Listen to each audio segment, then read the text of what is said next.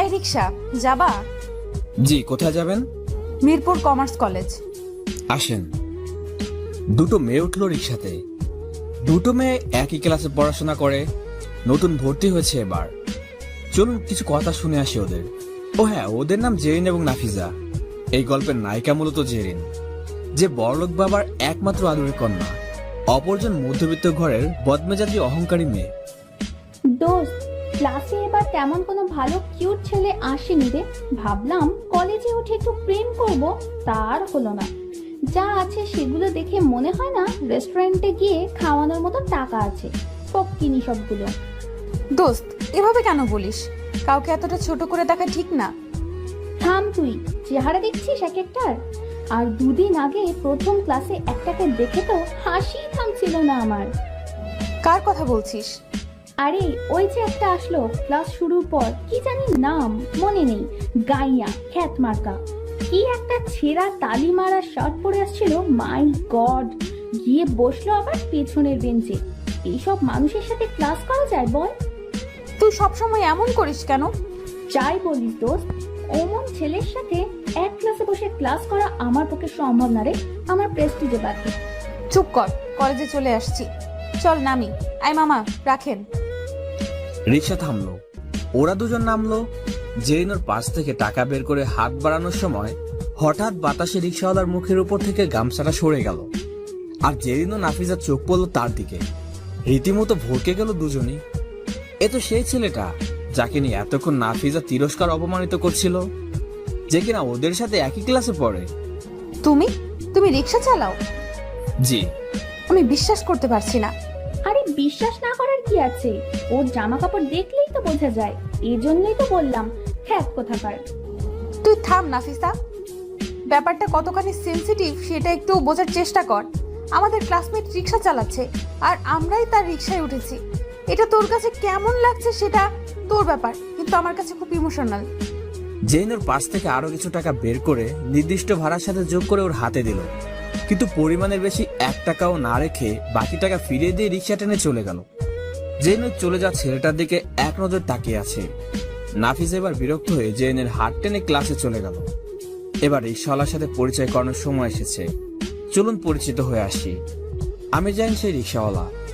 অবাক হতেও পারেন, তবুও বলি, ছোটবেলায় বাবা মা মারা যাওয়ার পর একমাত্র ছোট বোনটাকে নিয়ে এ জীবন যুদ্ধে টিকে আছি, যার দরুন নিজের পড়াশোনা ও বোনকে মানুষ করা, তার এবং আমার খাওয়া থাকার সবকিছুই আমাকে করতে হয়।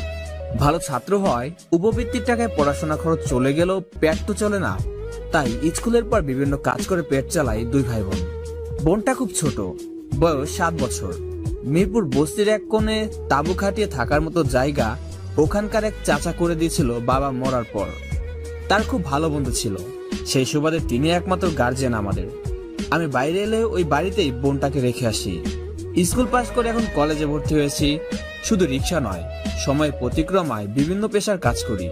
দিনমজুর বললেও ক্ষতি নেই। জীবন সংগ্রাম কতটা কঠিন তা ছোটবেলা থেকে শিখছি। সেদিন রিক্সা চালিয়ে একটু দেরি হয়ে যায় কলেজ যেতে, তাই নাফিসা ওইভাবে বলছিল। আরো নানান ধরনের যে উপাধিগুলো আমার উপর প্রদান করলো, তাতে বিন্দুমাত্র অপমানিত বোধ করিনি। কেন জানেন? কারণ ওই অনুভূতিটা এখন একটুও নেই। থাকলে হয়তো অনেক আগে না খেয়ে মরতে হতো। কতজন কত কি বলে তাতে কিছু মনে করি না। আমার রিজিক আমাকে খুঁজে নিতে হবে, কেউ এসে খাইয়ে দেয় না। উপরে বসে যিনি সব কলকাঠি নাড়েন তিনিই পথ দেখান, আর আমি সেই মতো ব্যবস্থা করতে নিত্যদিনের মতো যাত্রা করি। আজ সকালে 60 টাকা ইনকাম করেছি, তাই এখন সময় হয়েছে বাড়ির পাশে রিক্সা জমা দিয়ে কলেজে আসার। বোনের জন্য কয়টা চকলেট কিনে নিতে হবে, না হলে কেঁদে আমার কোলেই ঘুমিয়ে যাবে। আপন বলতে ওই আমার সব। খুব ভালোবাসি আমার ছোট বোনটাকে। কলেজে যাবার মতো তেমন ভালো কোনো জামা নেই। গতবার এক লোককে রিক্সায় উঠিয়েছিলাম শীতের সময়, খালি গায়ে কাঁপছিলাম দেখে একটা জামা আর চাদর কিনে দিছিল। সেদিন অনেক কেঁদেছিলাম। ওই স্যারকে এখনো কোথাও দেখলে খুব যত্ন আর সম্মান করে রিক্সায় তুলি। খুশি হয়ে কিছু বকশিশ দেয়। খুব ভালো মানুষ উনি। সেই জামাটাই পরে কলেজে যাই, যদিও পুরনো হয়ে গেছে, তবুও এটাই সম্ভব। পরিচয় পেয়ে কি খারাপ লাগছে? খারাপ লাগলেও কিছু করার নাই, কারণ আল্লাহ সবাইকে সবকিছু দেন না। হয়তো সময় বিশেষ কোনো মিরাকেল ঘটে। চলুন পরের কাহিনী নিয়ে কথা বলি। এদিকে নাফিজা ক্লাসে ঢুকে সবাইকে আমার ব্যাপারটা খুলে বলল। দু একজন ছাড়া সবাই হাসাহাসি তামাশা করলো আমাকে নিয়ে। জেনের বাধা সত্ত্বেও নাফিজা খুব মজা নিল। আমি ক্লাসে ঢুকতে সবাই মিলে একসাথে বলতে শুরু করলো, এই দেখ দেখ, আমাদের রিক্সাওয়ালা এসেছে। কি মামা, যাবা নাকি? শালা দিন মজুর খ্যাত কোথাকার এই শ্রমিক, আজ কত কামাইছিস? কথাগুলো খুব হাসি তামাশা করে বলতে থাকলো। আমি ছলো ছলো চোখ নিয়ে সবার দিকে একবার চোখ বুলিয়ে মাথা নিচু করে শেষ বেঞ্চে বসে পড়লাম। বুকের ভেতরটা খুব যন্ত্রণা অনুভব করছে। ভাবছি এই ধনির দুলালেরা কি পড়াশোনা শিখছে? হতে পারে দিনমজুর, তাই বলে কি কোনো মূল্য নেই সমাজে? আমার মতো আরো হাজারো দিনমজুর আছে, তাদেরকেও কি এরা মূল্য দিচ্ছে? লজ্জা পায়নি, কিন্তু কষ্ট হচ্ছে কথাগুলো শুনে। শুধু বারবার একটা কথাই বলতে ইচ্ছে করে, আমার জায়গায় একবার নিজেদের বসে দেখো, জীবনটা কত কঠিন। সবারই ওই খোঁচানি কথাগুলো কানে বেঁধেছে। দু এক ফোঁটা জল গড়িয়ে পড়লো বইয়ের উপর। নাফিজা খুব হাসি আসছে আমাকে এভাবে সবার কাছে তুলে ধরতে পেরে, কিন্তু কারো উপর রাগ হচ্ছে না। ওরা আমারই বন্ধু, একই ক্লাসে পড়ি। হঠাৎ সবাইকে থামিয়ে দিল জেরিন। আশ্চর্য, কি শুরু করছিস সবাই? একটা মানুষকে এভাবে কেন অপমান করছিস? ওলে বাবালে, দেখ দেখ মাদার টেরেসার নাতনি কি বলে। তোর খুব কষ্ট হচ্ছে নাকি রে? কেন হবে না বল, সেও তো আমাদেরই মতো একজন নাকি? তাহলে এত খারাপ ইমপ্রেশন কেন ওর জন্য? ও রিক্সা চালায়, এজন্য কেউ মানুষ না? ওকে নিয়ে আর কেউ একটা কথাও বলবি না, খবরদার। নাফিসা, তুই নিজেকে যতটা জমিদার ভাবিস, আসলে তোর পরিবার কেমন তা আমার থেকে ভালো কেউ জানে না। আর কখনো আমার সামনে কাউকে কিছু বলার আগে 10 বার ভাববি, আর নিজের পজিশনটাও ভেবে নিবি। আর বাকি যারা আছো, তোমরা মানুষকে মূল্যায়ন করতে শেখো। কাউকে অপমান করার আগে ভেবে দেখো সেই অপমান তোমাদের করলে কতটা কষ্ট লাগতে পারে। জেনের এমন কথা শুনে সবাই চুপ হয়ে গেল এবং আরো দু একজন তাকে সাপোর্ট করলো, কিন্তু মন থেকে অনেকে মানতে রাজি হলো না। এরই মধ্যে ক্লাস টিচার চলে এলে সবাই যার যার জায়গায় বসে পড়লো। ক্লাস শেষ হলে জেরিন আমার দিকে এগিয়ে আসছে।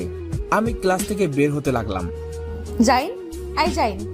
জি, আপনি আমার নাম জানলেন কি করে? প্রেজেন্টের সময় জেনেছি। ও, কিছু বলবেন? সবার পক্ষ থেকে আমি সরি বলছি। ওরা যা করেছে তা মোটেও ঠিক হয়নি। আপনি কেন সরি বলছেন? আর আমি কিছু মনে করিনি। যেটা বলেছে সেটা তো মিথ্যা নয়। মিথ্যা না হলেও সবার একটা আত্মমর্যাদা আছে। কোনো কাজই ছোট করে দেখা উচিত নয়। আর যারা এসবকে ছোট করে দেখে তারা কোনোভাবে সমাজে থাকার যোগ্য না। থাক, বাদ দেন এসব, আমি যাই এখন। কি ব্যাপার, তুমি আমাকে আপনি করে বলছো কেন? তুমি করে বলবা। না না, এটা মানায় না আমার সাথে। খুব মানায়, আমরা তো বন্ধু, তাই না? আর আপনি নয়, তুমি করে বলবা। কি হলো, চুপ করে আসো কেন? আচ্ছা, আমি তোমার ভালো একটা বন্ধু হব। বন্ধু হবে তো আমার?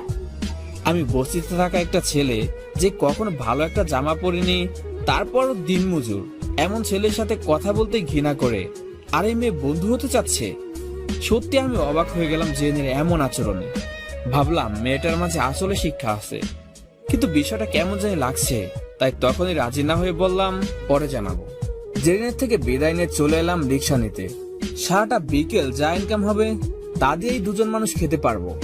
আমি কখন আধপেটা বা না খেয়েও আমার ছোট বোনটাকে খাইয়েছি। তাই জলদি এসে রিক্সা নিয়ে বের হলাম। এখন কলেজ ছুটি হওয়াতে সবাই বের হয়েছে। মুখটা ঢেকে নিয়ে গেটের সামনে দাঁড়ালাম। ঘন্টাখানিক পর আবার এসে ওখানে এলাম। দেখি আমাদের এক স্যার মাহিম স্যার রিক্সার জন্য অপেক্ষা করছে। আমি একটু এগিয়ে গিয়ে বললাম, স্যার কোথায় যাবেন, উঠুন। এই তো 10 নম্বরে যাব। উঠে পড়ুন স্যার। তুমি এত অল্প বয়সে লেখাপড়া না করে রিক্সা চালাও? তোমার বাবা কি করেন? আমি এতিম স্যার। ও আচ্ছা। আর আমি পড়াশোনা করি। যাক, ভালো তো। কোথায় পড়ো? আপনারই কলেজে। কি বলো তুমি? জি স্যার, আমি যাইনি। প্রথম বর্ষের ছাত্র, বিজ্ঞান বিভাগের। গতকাল আপনি ক্লাসে যার পড়া নিয়েছিলেন। ও মাই গড, তোমার মেধা আছে অনেক, কিন্তু তোমার এমন অবস্থা দেখে সত্যি খুব খারাপ লাগলো। তবে আমি কথা দিচ্ছি, তোমার জন্য কিছু একটা করব। স্যার সবকিছু জেনে নিলেন আমার ব্যাপারে, আর নামার সময় একটু বাড়িয়ে টাকা দিলেন। আমি জোর করেও ফেরাতে পারলাম না। হাতে টাকা গুজে দিয়ে আর একটা কোল্ড ড্রিঙ্কস দিয়ে বললেন সাবধানে কাজ করবে। সন্ধ্যা হয়ে গেছে, এখন আমাকে ফিরতে হবে। রিক্সা জমা দিয়ে আর দিনের ভাড়াটা দিয়ে বাকিটা নিয়ে ডাল চাল কিনে বোনের জন্য কিছু চকলেট নিয়ে কুড়ে ঘরে ফিরলাম। গিয়ে দেখি বোনটা আমার ঘুমিয়ে আছে। ফাতেমা আপু, দেখ তোর ভাই এসেছে, তোর জন্য কত চকলেট এনেছে, খাবি না? বোন আমার চোখ খুলে চকলেট আর আমাকে দেখে হাসি মুখে আমার কোলে এসে জড়িয়ে ধরে বলল, তুমি আমার ভালো ভাইয়াটা, চকলেট কামু। আমি একটা চকলেট খুলে ওর মুখে দিলাম। ও খুশি মনে খাচ্ছে আর আমার জামা খুলে রাখতে জামা ধরে টানছে। হয়তো বুঝতে পারে ভাই কষ্ট করে এসেছে, একটু কাজ করে এগিয়ে দিলে ভাইয়ের কষ্ট কমবে। এটাই তো ভাই বোনের ভালোবাসা। ওকে বসিয়ে রেখে চুলে ভাত রান্না করতে শুরু করলাম। পাশাপাশি বই নিয়ে বসে পড়াগুলো দেখছি। প্রতিদিন পড়াগুলো না করলে ভালো রেজাল্ট করতে পারবো না। যত কষ্টই হোক না কেন পড়াশোনা করতেই হবে আমাকে। একদিন আমিও 10 জনের একজন হব। আমার বোনটাকে সুন্দর জামা কিনে দিব, রেস্টুরেন্টে বসে সাহেবদের মতো খাবো, পেট ভরে একটু ভালো খাবার খেতে পারবো। আল্লাহ হয়তো আলোর মুখ দেখাবেন একদিন। ভাত রান্না হয়ে গেছে। বোনটা আমার খাবে বলে কান্না শুরু করেছে। ছোট মানুষ তো সহ্য করতে পারে না, হয়তো তার ভাইয়ের মতো। জলদি খাবার খাইয়ে দিয়ে ওকে ঘুম পাড়িয়ে দিলাম, তারপর নিজে খেলাম। বোনকে বুকে জড়ে রাতের ঘুমে অচেতন হয়ে গেলাম। পরদিন ক্লাসে গেলাম। যেদিন দ্বিতীয় বেঞ্চে বসে আছে দেখলাম, চুপ করে পাশ দিয়ে পেছনে যেতে লাগলাম। তখন জেরিন আমার হাত ধরে ওর পাশে রাখা সিটে আমাকে বসিয়ে দিল। এই প্রথম কোনো এক মেয়ের হাতের ছোঁয়া লাগলো। কেমন জানি কেঁপে উঠলাম একরকম। তাও যে সে মেয়ে নয়, কোন এক বাবার আদুরে রাজকন্যা। চুপ করে আছি দেখে যে নিজে বলল, কি হলো, কথা বলো না কেন? এমন আজ তোমার সব কিছু আমাকে বলবে, আমি সব কিছু শুনতে চাই। কি বলবে তো? আমাদের কথা বলা দেখে বাকিরা সব খারাপ নজরে তাকাচ্ছে, বিশেষ করে নাফিজা। কোনোভাবে আমাকে সহ্য করতে পারছে না। কি জানি ওর কি ক্ষতি করে ফেলেছি। আজ মাহিম স্যারের ক্লাস আছে। স্যার ক্লাসে এসে আমাকে থেকে জিজ্ঞেস করলো কেমন আছে। সবার উদ্দেশ্যে বললেন, আজ তোমাদের একজন সংগ্রামী মানুষের গল্প বলবো, শুনবে সবাই? জি স্যার, শুনবো। জন্মের পর থেকে যে বাবা মায়ের আদর ভালোবাসা খুব অল্প সময় পেয়েছে, তার কষ্টটা বুঝতে পারো তোমরা? একটা এতিম বাচ্চার অসহায়তা অনুভব করতে পারো? জি স্যার, খুবই মর্মান্তিক। কে স্যার এই সেই লোক? বলছি, সে তার ছোট পিচ্ছে একটা বোনকে নিয়ে থাকতো। সারাদিন হাড় ভাঙা খাটুনি খেটে দুবেলা খাবার জোগাড় করতো, খেয়ে বা না খেয়ে কাটাতো। কিন্তু কখনো ভিক্ষা করেনি, কারো কাছে হাত পাতেনি। জীবন যুদ্ধে সে শক্তিশালী একজন যোদ্ধা। ওয়াও স্যার, তাহলে তো তিনি আসলে অসাধারণ একজন মানুষ। এমন মানুষকে তো সেলুট জানানো উচিত। সবচেয়ে আশ্চর্যজনক বিষয়টা কি জানো? এত পরিশ্রমের পরও সে নিজের পড়াশোনা চালিয়ে গেছে। মেধাবী ছাত্রদের অন্যতম একজন, যা দারুণ সে এগিয়ে গেছে সাফল্যের দ্বার প্রান্তে। স্যার, ইনি কি কোনো ঐতিহাসিক কেউ? এমন মানুষও কি কেউ আছে এখনকার সময়? না, সে ঐতিহাসিক কেউ নয়। সে আমাদের এই ক্লাসেরই ছাত্র, তোমাদের বন্ধু জাইন ওয়াসিফ। স্যারের কথাগুলো সবাই যে আগ্রহ নিয়ে শুনছিল, এবার তারা সবাই আমার দিকে অবাক দৃষ্টিতে তাকিয়ে আছে। মনে হচ্ছিল তারা কোনো ইতিহাসের পাতায় উঠানো কোনো মহাপুরুষের গল্প শোনার অপেক্ষায় ছিল। কিন্তু আমার জীবনের গল্প স্যারের মুখে কতটা শোভা পেল বা বলাটা কতটুকু সার্থক হলো, তা হয়তো স্যারের এক্সপ্রেশন দেখে বোঝা যাচ্ছে। হাতে গোনা 2-1 বাদে বাকি সবাই আমাকে নিয়ে যে এতদিন তিরস্কার করতো, তা হয়তো এখন আর নেই। তারপর স্যার আর কিছু কথা বলল। সবকিছু শোনার পর সবার চোখে জল ছলছল করছে, হয়তো মন ছুঁয়ে গেছে তাদের। তারপর যেদিন সে অনেকে নিজের স্থান ছেড়ে উঠে দাঁড়ালো এবং আমার এমন পরিশ্রম করা, সংগ্রাম করে বেঁচে থাকার সাহসিকতা ও ইমোশনগুলো নিজের মতো করে নিয়ে হাততালি দিতে শুরু করলো। নিজেকে তখন খুব একা লাগছিল না। হয়তো সব বন্ধুদের ভিড়ে আমিও নিজেকে তাদের একজন ভাবতে লাগলাম। স্যার বললেন, আজ থেকে তোমরা কেউ ওর পোশাক চলাফেরা নিয়ে কটাক্ষ করবে না, বরং তাকে সব দিক থেকে গড়ে তুলবে তোমাদের মতো করে। স্যারের এই উপস্থাপনাটা সবার কাছে ভালো লাগলো। তিনি লাইব্রেরিতে সকল টিচারের সামনে আমার কথাগুলো জানালেন।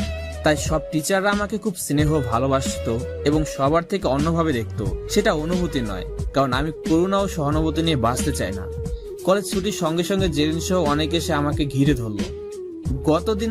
গতদিনের বাজে ব্যবহারের জন্য সবাই শিরদোষ অকপটে স্বীকার করে ক্ষমা চাইলো এবং আমাকে টিকে থাকার জন্য উৎসাহ দিল।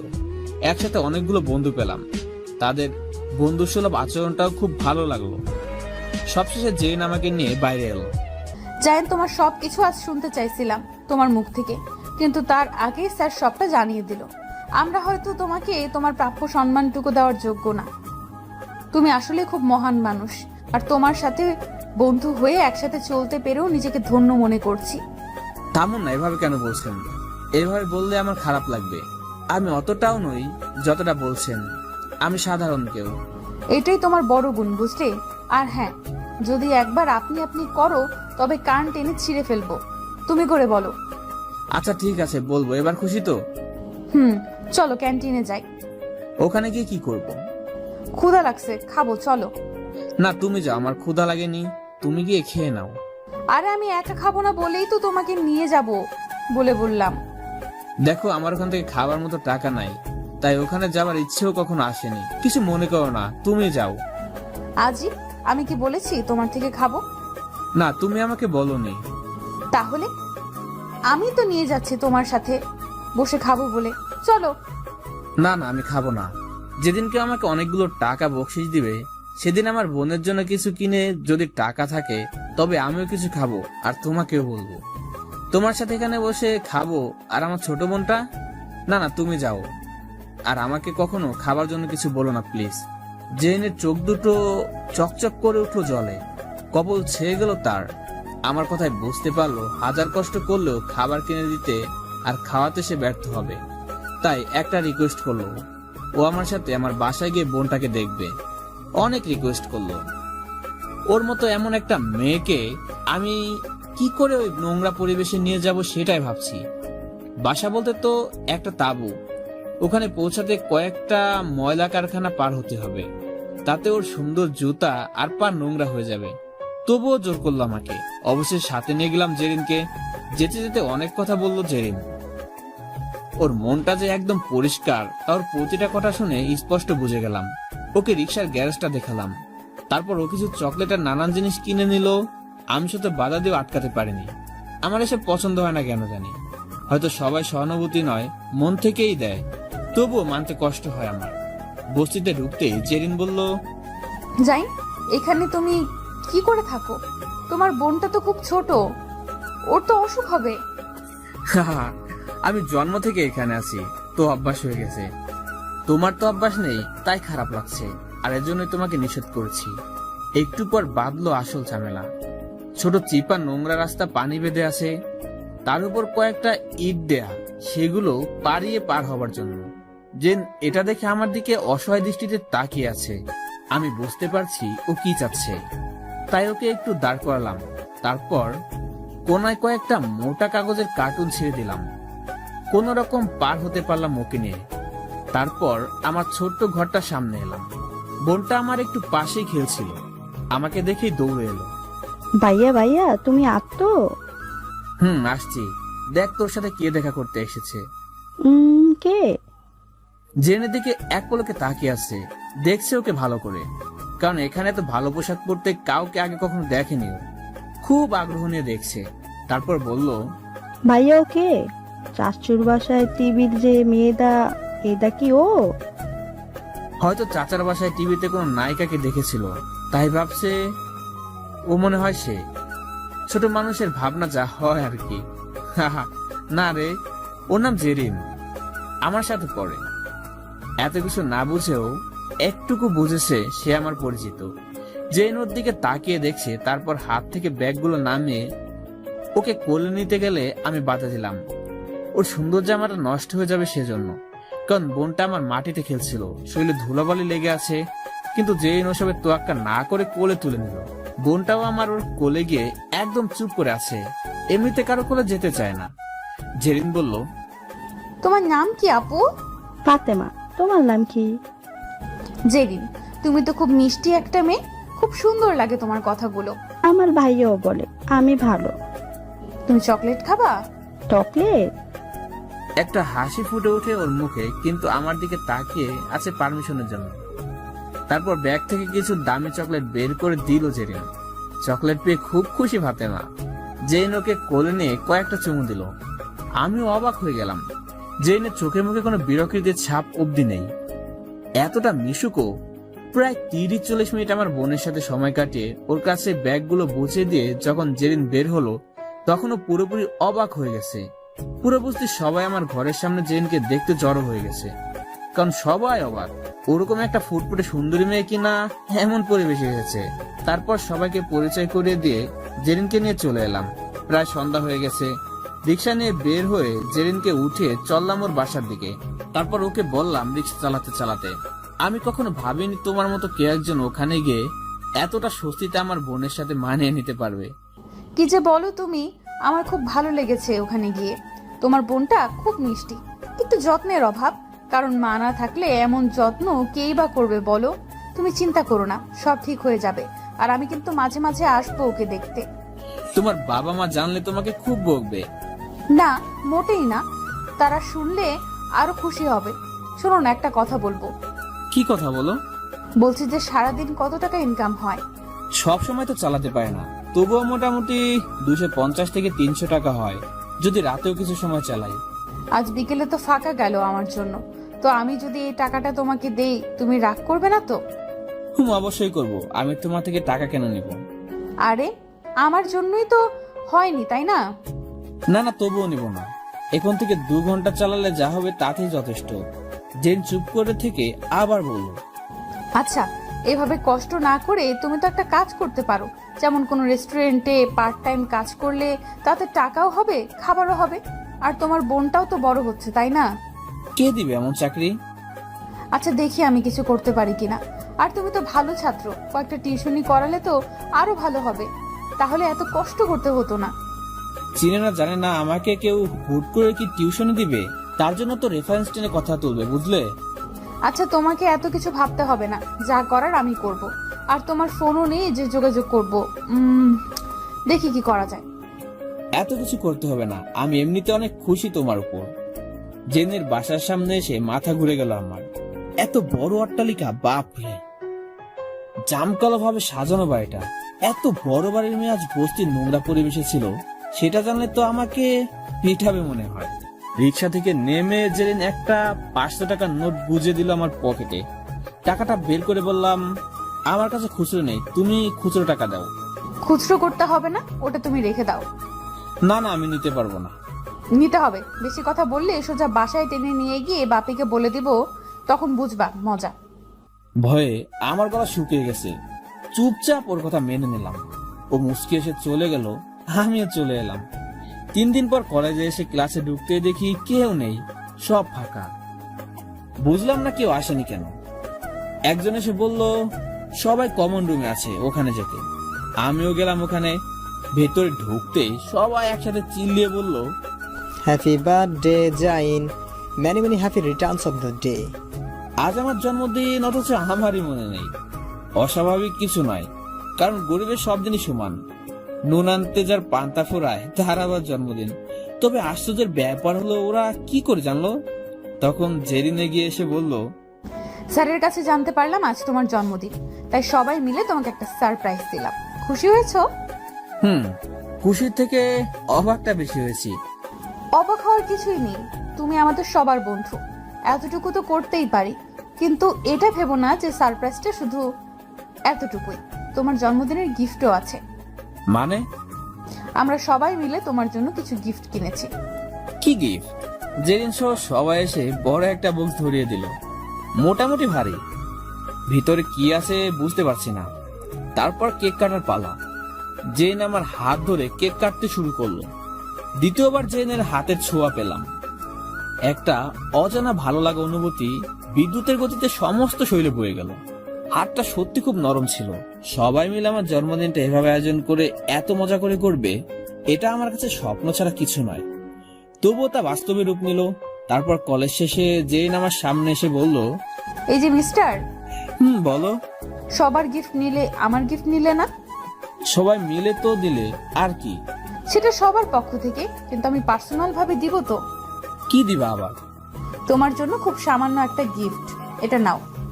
এটা তো মোবাইল, এটা নিয়ে আমি কি করব? তোমার সাথে যোগাযোগ করার জন্য বুদ্ধুরাম। কিন্তু কোনো কিন্তু না, একদম বেশি বুঝবা না। যা বলছি চুপচাপ মেনে নাও। রাতে বাসায় এসে ফাতেমাকে সামনে বসে গিফট বক্সটা খুললাম। ফাতেমা ভীষণ আগ্রহ নিয়ে অপেক্ষা করছে। বক্সটা খোলার পর আমি সত্যি খুব অবাক হয়ে গেলাম। কয়েকটা শার্ট প্যান্ট গেঞ্জি আমার জন্য এবং ফাতেমার জন্য। কিছু খাবারের প্যাকেটও আছে। আমার বুঝতে অসুবিধা হলো না এসব জেরিনের কাজ, কারণ সবগুলো পারফেক্ট সাইজের। নতুন জামা পেয়ে ফাতেমা খুব খুশি হলো। সে আমাকে জিজ্ঞেস না করে পড়লো না। ভাইয়া কালকে ঈদ, এত নতুন জামা কে দিল? না রে বোন, আমার কিছু বন্ধু দিয়েছে। সেদিন যে আপুটা এসেছিল ও দিয়েছে। খুব ভালো জামা, আমাকেও পরিয়ে দাও না ভাইয়া। ফাতেমাকে একটা জামা পরিয়ে দিলাম। ও খুশিতে নাচছে। কখনো এমন জামা তো পরেনি, তাই খুশির সীমাটা একটু বেশি। সব গিফটগুলো গুজিয়ে রাখছে, এমন সময় ফোনটা বেজে উঠলো। হ্যালো। কি মিস্টার, কি করা হচ্ছে শুনি? গিফটগুলো দেখছিলাম আর ফাতেমাকে জামা পরিয়ে দিলাম। পছন্দ হয়েছে সব? ফাতেমা খুব খুশি হয়েছে, কিন্তু কিন্তু কি? আমার জন্য এত কিছু কেন করলে? কেন এর উত্তর হয়তো জেনের নিজেরও জানা নেই। কেন করছে এসব? হয়তো বন্ধুত্ব, নয়তো তার চেয়ে বেশি কিছু, অথবা সহানুভূতি, নতুবা অন্য কিছু। কোনোটাই ঠিক করে বলতে পারে না। এভাবে কাটতে থাকে কিছুদিন। জেনের সাথে আমার ঘনিষ্ঠতা দিন দিন বাড়তেই থাকে। তবে আমি তাকে খুব ভালো একটা বন্ধু ভাবতে শুরু করলাম, কারণ কোনো কিছুর বিনিময় বা পাবার আশা নিয়ে সে আমার জন্য এত কিছু করছে না। ওর মন মানসিকতা সম্পর্কে যতই জানছি ততই অবাক হচ্ছি। আসলে দুনিয়া এখনো ভালো মানুষ আছে বলেই হয়তো পৃথিবীটা এখনো সুন্দর। কয়েকদিন পর মাহিম স্যার আমাকে ডেকে পাঠালেন। শোনো জাইন, জি স্যার। টিউশন করাতে পারবে না? সেটা তো পারবো, কিন্তু স্যার আমার কাছে কে দিবে টিউশনি করাতে? আমার এক পরিচিত অভিভাবক আছেন, ওনার ছোট দুটো বাচ্চা আছে। ছোটটা 4র্থ শ্রেণী আর বড়টা হয়তো একটু বড় হবে। ওদের জন্য ভালো একটা টিচার খুঁজতে কাল আমাকে জানিয়েছিল। বেশ ভালো পারিশ্রমিকও দিবে। তখন তোমার কথা মনে পড়লো। এখানে টিউশনি করালে তোমার হয়তো আর রিক্সা চালানো লাগবে না, এমনকি খুব ভালো করে চলতে পারবে। তারপর আরো 2-1টা টিউশনি তখন নিজে জোগাড় করতে পারবে। আমি ঠিকানা লিখে দিচ্ছি, তুমি আজই বিকেলে ওখানে যাবে। আর আমি ওনাকে কল করে জানিয়ে দেবো, কেমন? ধন্যবাদ স্যার, চিরকৃতজ্ঞ থাকবো। তোমার জন্য কিছু একটা করতে পেরে আমার নিজেরও ভালো লাগছে। আচ্ছা স্যার, তাহলে আমি আসি। আচ্ছা এসো, আর আমাকে জানিও। আচ্ছা স্যার। কলেজ থেকে বের হয়ে আল্লাহর কাছে শুকরিয়া আদায় করতে করতে এগিয়ে যাচ্ছি। ফাতেমাকে দুপুরে খাইয়ে ঘুম পাড়িয়ে তারপর বের হই ঠিকানা মতো। বাসার সামনে গিয়ে দাঁড়িয়ে আছি, কাউকে দেখতে পাচ্ছি না। দারোয়ানও মনে হয় নেই। অগত্য অপেক্ষা করা ছাড়া আর কোনো উপায় নেই। হঠাৎ রিক্সা থেকে এসে দাঁড়ালো ওই বাসার সামনে। আমি পিছনে ঘুরে তাকাতেই অবাক হয়ে গেলাম। জেরিন এখানে কি করছে? জেরিন রিক্সা থেকে নেমে আমাকে দেখে ও অবাক হয়ে গেছে। জাইন, তুমি এখানে কি করছো? আমি তো এসেছিলাম ওই বাসায় নাকি একজন টিউটর লাগবে, মাহিম স্যার বলে পাঠালো, তাই আসছি। কিন্তু তুমি এখানে কি করছো? জেন আমার কথা শুনে মুচকি হাসি আসছে চুপ করে। তারপর বলল, চলো ভেতরে যাই। ততক্ষণে দারোয়ান এসে গেট খুলে দিয়ে জেনকে আপামনি বলে সালাম দিল। বুঝলাম পরিচিত, কিন্তু এবারের সাথে তার সম্পর্ক কি সেটা মিলাতে পারছি না। ভেতরে গিয়ে একজন মধ্যবয়সী লোক এলেন। সাথে সাথে জেন তাকে ইশারা দিল, কিন্তু আমি তার ইশারা দেখেও বুঝলাম না। আমাকে সোফায় বসতে দিল। জেন সে লোককে রুমে নিয়ে গেল। কিছু সময় পর লোকটা এসে বলল, তুমি তাহলে জাইন? জি। মাহিম স্যারকে বলেছিলাম একটা ভালো ছেলে দরকার। আসলে আমার দুটো মেয়ে, বড় মেয়ে ক্লাস 8-এ আর ছোট মেয়ে ক্লাস 4-এ পড়ে। তো তুমি পারবে তো ওদেরকে পড়াতে? জি, আমার কোনো সমস্যা হবে না। সপ্তাহে কতদিন পড়তে হবে? তুমি যদি 3-4 দিন পারো বা 6 দিন পারো, সেভাবেই তোমার পারিশ্রমিক পাবে। এসব নিয়ে ভাবতে হবে না, মাহিম স্যার আমাকে বলেছে সব। আচ্ছা, আমি 6 দিন পারবো। কখন পড়াতে হবে? বিকেলে এসে পড়াবে।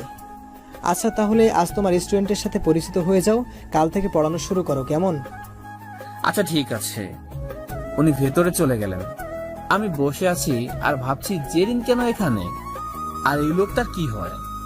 তারপর জেরিন সহ আমার স্টুডেন্টরা এলো। জেরিন ওদের সাথে আমাকে পরিচয় করিয়ে দিল। কিছু কথাবার্তা বলে আমি বিদায় নিয়ে চলে এলাম। কাল থেকে নতুন একটা অধ্যায় শুরু হবে আমার। রাতে জেরিন কল দিল। মাস্টার সাহেব, কি করছেন? ভাবনায় ডুবেছিলাম। কিসের তো ভাবনা এখন? কাল থেকে পড়াবে আর তোমাকে কষ্ট করতে হবে না। কিন্তু তুমি ওখানে কি করছিলে? ওদের সাথে তোমার সম্পর্ক কি? ও আচ্ছা, তোমাকে তো বলা হয়নি।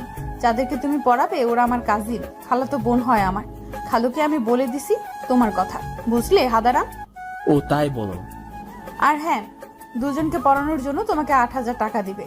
ঈদের সময় বোনাসও পাবে, টেনশন করো না।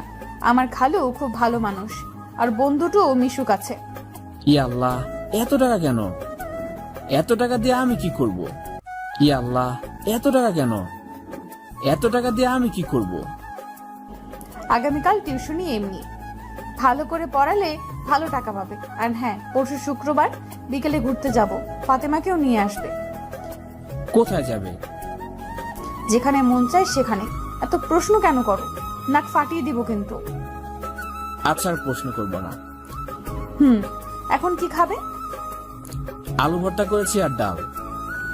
আচ্ছা, খেয়ে ঘুমিয়ে যাও, কাল সকালে ক্লাসে দেখা হবে। আচ্ছা, তুমিও ঘুমিয়ে যাও খেয়ে। একটা কথা বলবো জাইন? বলো। আমি না, থাক, পরে কখনো বলবো। কি কথা বলো না? না, উপযুক্ত সময় এলে তখন বলবো। আচ্ছা, অপেক্ষায় থাকলাম। শুক্রবার বিকেলে জেনুর গাড়ি নিয়ে সোজা আমার বস্তির সামনে এলো। তারপর কল দিয়ে ফাতেমাকে নিয়ে আসতে বলল। ফাতেমা খুব খুশি হয়ে নতুন জামা পরে আমার হাত ধরে আসছে। আমি জেনের সামনে নতুন জামা পরে একটু লজ্জাবোধ করছি। পুরনো জামা পরার মাঝে কেন জানি একটা অন্যরকম ভালো লাগা কাজ করে। কিন্তু আমার পুরনো জামা তো লোক সমাজে চলে না। জেন আমার দিকে অপলকে তাকিয়ে আছে। খুব সুন্দর লাগছে তোমাকে জাইন। আর ফাতেমা কত কিউট একটা মেয়ে, এখন বোঝা যাচ্ছে। সবই তো তোমার জন্যই হয়েছে। চির কৃতজ্ঞ থাকবো আমরা দুজন তোমার কাছে। প্লিজ জাইন, এভাবে বলো না। ফাতেমাকে আমার কোলে দাও। জেন ফাতেমাকে কোলে তুলে চুমু খাচ্ছে, কিন্তু ওর দিকে না তাকিয়ে আমার দিকে তাকিয়ে।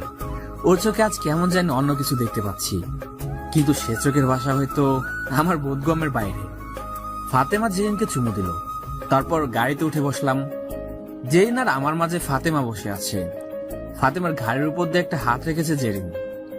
একটু পর ফাতেমাকে কোলের উপর বসে জেরিন সরে এসে বসলো আমার খুব পাশে। জেন ওর হাতটা আমার হাতের উপর রেখে সামনে তাকিয়ে রইল। আমি কিংকর্তব্য বিমূঢ় হয়ে ওর দিকে তাকিয়ে আছি। একটু পর জেরিন আমার দিকে বলল, কি ব্যাপার, এইভাবে তাকিয়ে কি দেখো আমাকে? মতলব কি তোমার? এখনো তাকিয়ে আছো কেন? আর এটা কি, আমার হাত ধরলে কেন? আমি কখন হাত ধরলাম? জাইন, এটা কিন্তু একদম ঠিক না। আমি জেনের এমন কথা শুনে আকাশ থেকে পড়ে মাটিতে তলিয়ে যাচ্ছি। কি বলবো কিছু বুঝতে পারছি না। ওর এক্সপ্রেশনটা খুব রুড হয়ে আছে। ও কি মজা করে বলছে না সত্যি রেগে আছে তা বোঝা মুশকিল। বাধ্য হয়ে ওর হাতটা ধরলাম। সাথে সাথে জেন অন্যদিকে তাকিয়ে মুচকে হাসছে। আমি অবুঝ বাচ্চার মতো ওর হাতটা শক্ত করে ধরে থাকলাম। জেনের হঠাৎ এমন রেগে যাওয়া, পরক্ষণে হাসি দেওয়ার কোনো মানেই খুঁজে পেলাম না। হয়তো আমার মতো ছেলের এসব না খোঁজে ভালো, কারণ বাস্তব জীবন অনেক কঠিন। ঘোরাঘুরি শেষে জেন আমাকে বলল, না, জাইন, একটা কথা বলবো, কিন্তু তুমি কিভাবে নিবে জানি না। কি কথা শুনি আগে। বলছি যে ফাতেমা তো বড় হচ্ছে, ওর দেখাশোনার জন্য একজনকে খুব দরকার। এই বয়সে ওকে সুন্দর করে গড়ে তোলাটা খুব জরুরি। মানে তুমি কি আমাকে বিয়ে করার কথা বলছো নাকি? আরে না, ধুর, বিয়ে করার কথা বলবো কেন? বলছি যে ফাতেমাকে যদি আমার বাসায় নিয়ে যাই, ও আমার কাছে থাকবে, ওর কোনো সমস্যা হবে না কখনো। পাগল হয়ে গেছো নাকি তুমি? তোমার বাবা মা শুনলে কখনো রাজি হবে না। দেখো, আজ অব্দি তুমি যা করেছো তার ঋণ শোধ করতে পারবো কিনা জানি না। আমাকে আর ঋণী করো না। যাই, ঋণের কথা কেন বলছো? একটা কথা মনে রেখো, আমি যাই করেছি তোমার জন্য করিনি, সব আমার নিজের জন্য করেছি। নিজের জন্য মানে? কিছু না, এটাই ফাইনাল। আমি আজই আব্বুর সাথে কথা বলবো। এখন চলো, বাসায় রেখে আসি তোমাকে। আচ্ছা, ফাতেমা তোমার কাছে গেলে আমি একা হয়ে যাব, তো ওকে ছাড়া থাকবো কি করে? বিয়ে করে বউ নিয়ে থাকো। চলো এখন। মানে? জেনে কিছু কিছু কথা আমার বোঝার সাধ্য নেই, তবে ওর সহজ সরল মনটা যখন হঠাৎই রেগে আগুন হয়ে যায় তখন খুব মিষ্টি লাগে। দিন দিন কেন যেন সবকিছু ভালো লাগে। আগে কখনো কারো প্রতি এতটা আকর্ষণ হতো না, এখন কেন হচ্ছে সেটাও জানি না। জেন আমাদের এগিয়ে দিয়ে ওর বাসায় চলে গেল। রাত ওর বাবা এলে, বাপি, ও বাপি, কফি খাবে? আমি বানিয়ে আনি। বাইরে থেকে তো খেয়ে এসেছি, সেটা তো বড় কথা নয়। আমার পাগলি মেয়েটার কিছু একটা প্রয়োজন, সেটা কি জলদি বলে ফেলো তো মামনি। না মানে এমনি কিছু না তো। জানি জানি, সামান্য কিছু হলে আমার মেয়ে সরাসরি বলে, কিন্তু নিশ্চয়ই দামি কিছু লাগবে, তাই এত বাহানা। কি বলে আমি বাহানা করি? না না মামুনি, কে বলে এসব? তুমি বলো কি লাগবে। আমার একটা বন্ধু আছে, নাম জাইন। ও এতিম, একটা পিচ্চি বোন আছে ওর। এখন আমি চাই ফাতেমাকে আমার বাসায় রেখে ভরণ পোষণের দায়িত্ব নিতে।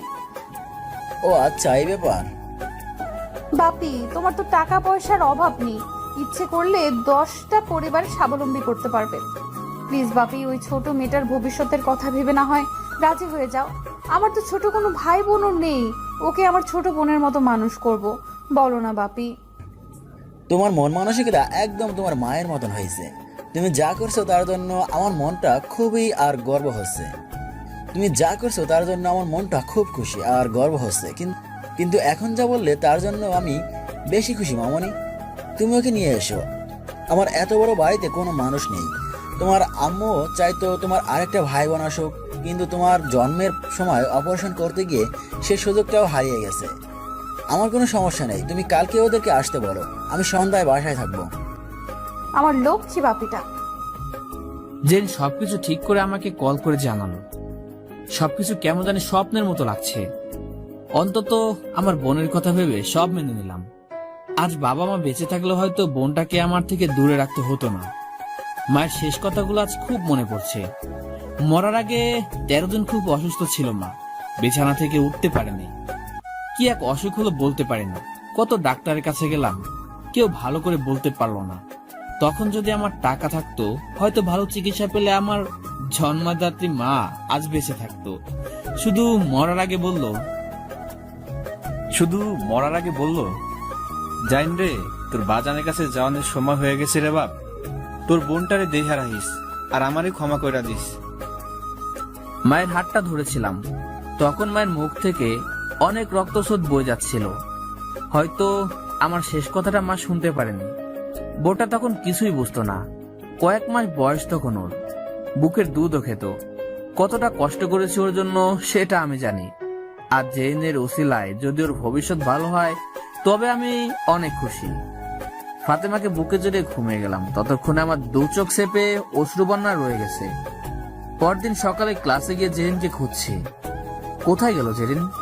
কয়েকজনকে জিজ্ঞেস করলাম, তারা বলতে পারে না। হঠাৎ তখন জেরিনের ফোন এলো। হ্যালো মিস্টার, কোথায় আপনি? ক্লাসে নাকি? তোমাকে খুঁজছি। কোথায় তুমি? এই তো আসছি, একটু কাজ ছিল। আজ ক্লাস করব না, তুমি বের হও, ক্লাস থেকে কাজ আছে। কি কাজ যার জন্য ক্লাস বাদ দিতে হবে? বের হলেই বুঝবে। আচ্ছা, গেটের সামনে থাকছি, এসো তুমি। ওকে। টেনশন নিয়ে বাইরে গেলাম। কি জানি আবার কোন ফোন দিয়ে আসছে মেয়েটা। একটু পর গাড়ি থেকে নামলো জেরিন। সুন্দর একটা কালো জামা পরেছে আজ। ফর্সা টুকটুকে শরীর, কালো জামায় খুব সুন্দরই লাগছে জেরিনকে। না, এইভাবে তাকানো যাবে না। জেন বুঝতে পারলে খারাপ ভাববে আমাকে।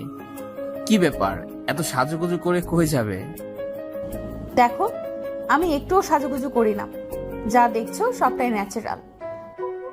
সেটা তো আমিও জানি। যাই হোক, এখন বলো কি কাজ? ফাতেমাকে নিতে হবে তো, ওর জন্য অনেক শপিং করতে হবে। চলো, সময় কম। মানে কিছু না, তুমি আসবে নাকি থাকবে? আচ্ছা চলো। একটা শপিং মল থেকে ফাতেমার জন্য যাবতীয় সবকিছু কিনে নিল জেরিন। আমি অবাক হয়ে শুধু দেখছি। এসব জিনিসপত্র আমি আগে কখনো দেখিনি।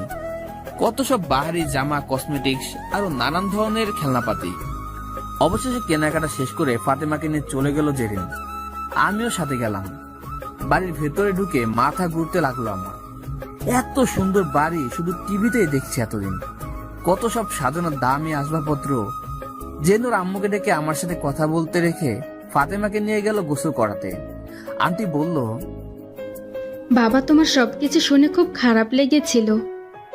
বাবা মাকে এত অল্প বয়সে হারিয়ে যে পরিশ্রম করে বোনকে বড় করলে, তা সত্যি সবাই পারে না। আজ থেকে তুমি আর এতিম নও। তোমার এক মা চলে গেছে, তাতে কি, আরেক মা তো বেঁচে আছে। আমাকে আন্টি না ডেকে মা বলেই ডেকো। আমি আর নিজেকে সামলাতে পারিনি। হাউমাউ করে কেঁদে ফেললাম আন্টিকে জড়িয়ে ধরে। আন্টি আমাকে সান্ত্বনা দিচ্ছেন ঠিক মায়ের মমতার মতোই। এতদিন খা খা করা বুকটা মায়ের শূন্যতে যে আর্তনাদের ঝংকার বাস্তব তা আজ হয়তো অনেকটাই থেমে গেছে। আমার ভাবতে কষ্ট হচ্ছে, এত ধনী পরিবারের মানুষ তারা এতটা ভালো মনের হতে পারে। সবাই খারাপ হবে এমন সবসময় হয় না। আপন করে নিতে পারা মানুষ খুব কমই আছে। নয়তো টাকার অহংকারে নিজের পরিচয়ে আকাশচুম্বী ভাবা মানুষের অভাব নেই সমাজে। আজ অনেক স্নেহ পেলাম, আর বুঝতে অসুবিধা বাকি নেই আমার ছোট বোনটা এখানে কতটা ভালো থাকবে। একটু পর জেরিন ফাতেমাকে নিয়ে এলো। দেখো না আম্মু, ফাতেমাকে কত কিউট লাগছে। ঠিক মতো যত্ন না নিলে যা হয়। এখন থেকে 1 মাস পর ওকে চেনাই যাবে না। আজ আমার ছোট বোনের অভাব পূরণ হলো। এখন থেকে তুই আপুর কাছে থাকবি। ফাতেমাকে রেখে আমি গেলাম টিউশনি করাতে। আজ প্রথম দিন। শুরুটা ভালো হয়েছে। দুজনই ভালো ছাত্রী, অল্পতেই বুঝতে পারে মনে হচ্ছে। তবে দুষ্টুও কম নয়। টিউশনি শেষ করে জেরিনের বাবার সাথে কথা বলবো বলে ওদের বাসায় যাচ্ছি। এমন সময় রাস্তায় দাঁড়িয়ে গেলাম। দুটো লোক একটা বৃদ্ধ রিক্সাওয়ালার সাথে খুব বাজেভাবে কথা বলছে। ব্যাপারটা আমার ভালো লাগলো না। এগিয়ে গেলাম। কি হয়েছে সেটা জানার জন্য বৃদ্ধ কাকাকে জিজ্ঞেস করলাম। তিনি যা বললেন তা ছিল এমন, ওই 2 লোক একটা রেস্টুরেন্টের সামনে থেকে এই রিক্সায় উঠে। তাদের মধ্যে যে কথা হচ্ছিল তা ছিল এমন। কত টাকা টিপস দিলি তুই? 100 টাকা। এত টাকা টিপস দিয়ে লাভটা কি? 20 টাকা দিলেও তো হতো। বলদ, ওখানে 20 টাকা চিপস দিলে মানসম্মত থাকতো। চক্ষু লজ্জা বলে তো কিছু একটা আছে নাকি? আর আমার কি টাকা পয়সার অভাব আছে যে 100 টাকা দিলে কমে যাবে? ভালোই, আজকাল টাকা তোর বেশি হয়ে গেছে। এরকম টাকার গরম দেখিয়ে লোকটি আরো কিছু কথা বলেছে। তারপর বৃদ্ধ লোকটি তাদেরকে নামিয়ে 20 টাকা রিক্সা ভাড়া নেবার পর তাদেরকে রিকোয়েস্ট করে বলল, স্যার, আমার মেয়েটার অবস্থা খুব খারাপ। ভালো ডাক্তার দেখাতে টাকা দরকার। ওষুধ কেনার মতো টাকা জোগাড় করতে পারিনি। যদি 10 টাকার বেশি দিতেন তাহলে উপকারিত হতো। এই সামান্য কথায় লোকটি নাকি খেপছেন। তার ভাষ্য ছিল এমন, শালা ভিক্ষুকের জাত, যত সব মিথ্যা কথা বলে টাকা আদায় ধান্দা শুরু করছিস। আমার কি টাকা সস্তা হয়ে গেছে নাকি? ভাড়া বেশি চাস কেন? এসব ছাড়াও আরো কিছু কথা বলেছে যা ছিল অপমানজনক। বৃদ্ধ লোকটি পুনরায় তাকে বোঝানোর চেষ্টা করেও কোনো লাভ হয়নি। এমন সময় আমি ওখানে উপস্থিত হয়েছি। সবটা শোনার পর ওই অহংকারী লোকটাকে বললাম, আপনার বাবার বয়সী লোকের সাথে কেমন আচরণ করলেন এটা? উনি তো বেশি ভাড়া নেননি। উনি আপনাকে রিকোয়েস্ট করেছে। আপনার সামর্থ্য থাকলে দিতেন, না হলে দিতেন না।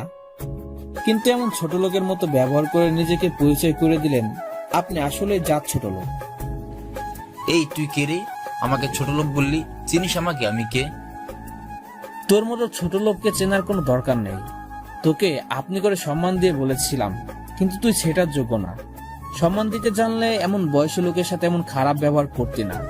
তুই আমাকে চিনে রাখ, আমি ওনার মতো একজন রিক্সাওয়ালা, আর বস্তিতে নোংরা পরিবেশে বড় হয়েছি। আগে পিছে কেউ নাই আমার, তাই কাউকে ভয় করে চলি না। কিন্তু মানি লোককে সম্মান করি। তোর মতো টাকা বিলে সম্মান কিনি না। উল্লবনে 100 টাকা টিপস দিতে পারিস, কিন্তু কারো চিকিৎসার জন্য 10 টাকা দিতে গেলে তোর টাকা সস্তা হয়ে যায়, তাই না? How dare you to talking like rubbish with me? So nothing, of course. He can be smart if he speak 2 or 4 English. Conscience education does not boast of real papers certificates. I can speak English like you. I can speak English like you too. Do not behave badly with any labor in the future. In you have a human baby. Get lost from here. বৃদ্ধ লোকটিকে আমার pocket থেকে খুচরা 12 টাকা হাতে দিয়ে বললাম, আমি আপনারই মতো একজন। আমার সামর্থ্য ছিল এতটুকুই। যদি কখন আবার দেখা হয় তখন পারলে না আরো কিছু দিব। আর ওনাদের কথায় মন খারাপ করবেন না। ওরা মানুষের মুখোশে পশুর মতো। বৃদ্ধ লোকটি চোখের পানি মুছতে মুছতে চলে গেলেন। আমিও চলে এলাম জেরিনের বাসায়। ভেতরে ওর বাবা বসে আছে, ফাতেমার সাথে কথা বলছে। দেখলাম সবাই খুব খুশি ওকে নিয়ে। আমারও ভালো লাগলো। তারপর আঙ্কেলের সাথে কথা বলে বিদায় নিতে যাব, তখনই আন্টি বললেন, রাতে না খেয়ে কই যাবা বাবা? বাসায় গিয়ে খেয়ে নিব। থাক, আর কষ্ট করে রান্না করতে হবে না, আজ আমাদের সাথেই খাবে। এসো জলদি। এরপর জেইনের ইশারায় ওর রুমের দিকে গেলাম। খুব চমৎকার ভাবে সাজানো রুমটা, চোখগুলোর বড় বড় করে চারপাশটা দেখছিলাম। জেইন আমাকে বসতে বলল, আমি মেঝেতে বসে পড়লাম দেখে প্রচন্ড রেগে আগুন হয়ে গেছে। নিচে বসতে বলেছি আমি? তাহলে কোথায় বসবো? কেন, এত সুন্দর করে বিছানা পাতা সেটা চোখে পড়লো না? না না, ওটা তো তোমার বসার জায়গা, আর কত পরিষ্কার, ওখানে বসলে তো ওটা নোংরা হয়ে যাবে, তাই বসিনি। আর এখানেই ঠিক আছে, তো আমার কোনো সমস্যা নাই। এতদিনে এই চিনলে আমাকে? মানে? ওখান থেকে উঠে এখানে এসে বসো। কিন্তু আর একটা কথা বললে খুব খারাপ হয়ে যাবে বলে দিলাম। আচ্ছা বসতি। জেনের রাগকে আমি খুব ভয় পাই, না চাইতে আমার জন্য অনেক করেছে। ঘনিষ্ঠ হওয়া সত্ত্বেও জেনের চোখে তাকাতে এখনো সাহস হয়নি আমার। অজানা ভয় আর কিছু লজ্জা কাজ করে আমার চরম ভাবে। যাই, আমার কিছু কথা আছে তোমার সাথে। সে তো জানি, কবে থেকেই তো শুনছি। আজ বলতে চাই। তো বলো। আমি জানি না তুমি কিভাবে নেবে এ ব্যাপারটা, তবে আমি অনেক ভেবে দেখলাম। আচ্ছা, ব্যাপারটা কি আসলেই তো বুঝতে পারছি না। বাংলাতে বলতে লজ্জা করেন। আচ্ছা, ইংলিশে বলো তাহলে। I think I'm in love with you. I spent every moment thinking of you. In everything I found you. I want you to be lonely. I want to love with you as your laughter and tears are mixed. I want you to have me. I love you so much, Zain. Zain, আমার মনে হয় আমি তোমাকে ভালোবাসি। আমার প্রতিটা মুহূর্ত কাটে তোমাকে ভেবে। সব কিছুতে আমি তোমাকে খুঁজে পাই। তোমার একাকিত্বটাকে আমার করে নিতে চাই। তোমার হাসি আর কান্নাতে মিশে গিয়ে আমিও তোমার সাথে হাসতে চাই, কাঁদতে চাই। তোমাকে আমার করে নিতে চাই। খুব ভালোবাসি তোমাকে। জেরিন, কি বলছো এসব পাগলের মতো? হ্যাঁ, আমি পাগল হয়ে গেছি শুধু তোমার জন্য। আমি সত্যিই তোমাকে খুব ভালোবাসি, জাইন। কোথায় তুমি আর কোথায় আমি, একবার ভেবে দেখছো? কিভাবে তুমি ভাবো এসব? তুমিও মানুষ, আমিও মানুষ, এতে সমস্যাটা কোথায়, জাইন? এটা নিছক একটা ভালো লাগা, এছাড়া কিছু নয়। আর যদি ভালো লাগা থেকে ভালোবাসা হয়েও থাকে, তবে কঠিন বাস্তবতার কাছে হাতকড়া পরিয়ে দিবে তোমারই পরিবার। হ্যাঁ, এটা সত্যি। আর সবসময় আমি তোমার এবং তোমার পরিবারের নিকট কৃতজ্ঞতা প্রকাশ করি। তোমরা যা করেছো আমার জন্য তুলনা হয় না। আমার বোনটার ভবিষ্যতের জন্য তাকে ভরণ পোষণের দায়িত্ব নিয়েছো, তাকে নোংরা বস্তু থেকে তুলে এনে। আমার জন্য এর বেশি আর কিছু চাওয়ার নেই। সেদিন বলেছিলাম আমি যা করছি সেটা তোমার জন্য নয়, বরং আমার জন্য, আমাদের জন্য। তোমার মাঝে একটা আগুন আছে, আমি সেই আগুনকে তোমার দারিদ্রতার বিরুদ্ধে জ্বালিয়ে তোমাকে আমি তোমার গন্তব্যে পৌঁছে দিতে চাই। আমি জানি ভবিষ্যতে তুমি অনেক বড় হবে, আর সেদিন আমাদের কেউ আলাদা করতে পারবে না। আমি সবার কাছে মাথা উঁচু করে গর্ব করে বলতে পারবো আমার জাইন একজন প্রতিষ্ঠিত। জেন, এত স্বপ্ন দেখার সাহস আমার নেই। অতি সাধারণের চেয়েও কম আমি। 3 বেলা খেতে পারলে রাতে শান্তিতে ঘুমাতে পারি। তুমি আমাকে এসব অবাস্তব ধারণা দিয়ে নিত্যকার অভ্যাসটাকে বদলে দিও না। তবে এতটুকু বলতে পারি, যদি কপালে থাকে তবে একদিন হবে, না হলে বাস্তবতাকে মেনে নিও। জেন আমার কথায় গভীরভাবে বুঝতে পেরে চুপ করে মেনে নিল, আর কিছু বলল না। আমি খেয়ে আমার কুড়ে করে ফিরে ভাবছি, আমি কে, কি আছে আমার? কিসের টানে রাজপ্রাসাদের রাজকন্যা একজন দিনমজুরের ঘরে আসতে চায়? এটা কি কোনো মানুষের সূচনা, নাকি সত্যি ভালোবাসা? জানি না কেন আমার সাথে এমন হচ্ছে। ভালোই তো ছিলাম এতদিন, কোনো পিছুটান ছিল না। আজ কেন এতটা ভাবাচ্ছে এসব বিষয় আমাকে? ভাবতে চাই না আমি। আমার বোনটাকে মানুষের মতো মানুষ করতে চাই। আমার জীবনে ওই সব বেশ কিছুদিন কেটে যায় এভাবে। বোন ফাতেমা এখন বেশ আনন্দ রাজকীয় ভাবে বড় হচ্ছে। ওকে দেখলে এখন বোঝাই যায় না কোথা থেকে উঠে এসেছে। একজন সন্তানের জন্য তার পরিবার কতটা গুরুত্বপূর্ণ ভূমিকা পালন করে তা এখান থেকে বোঝা যায়।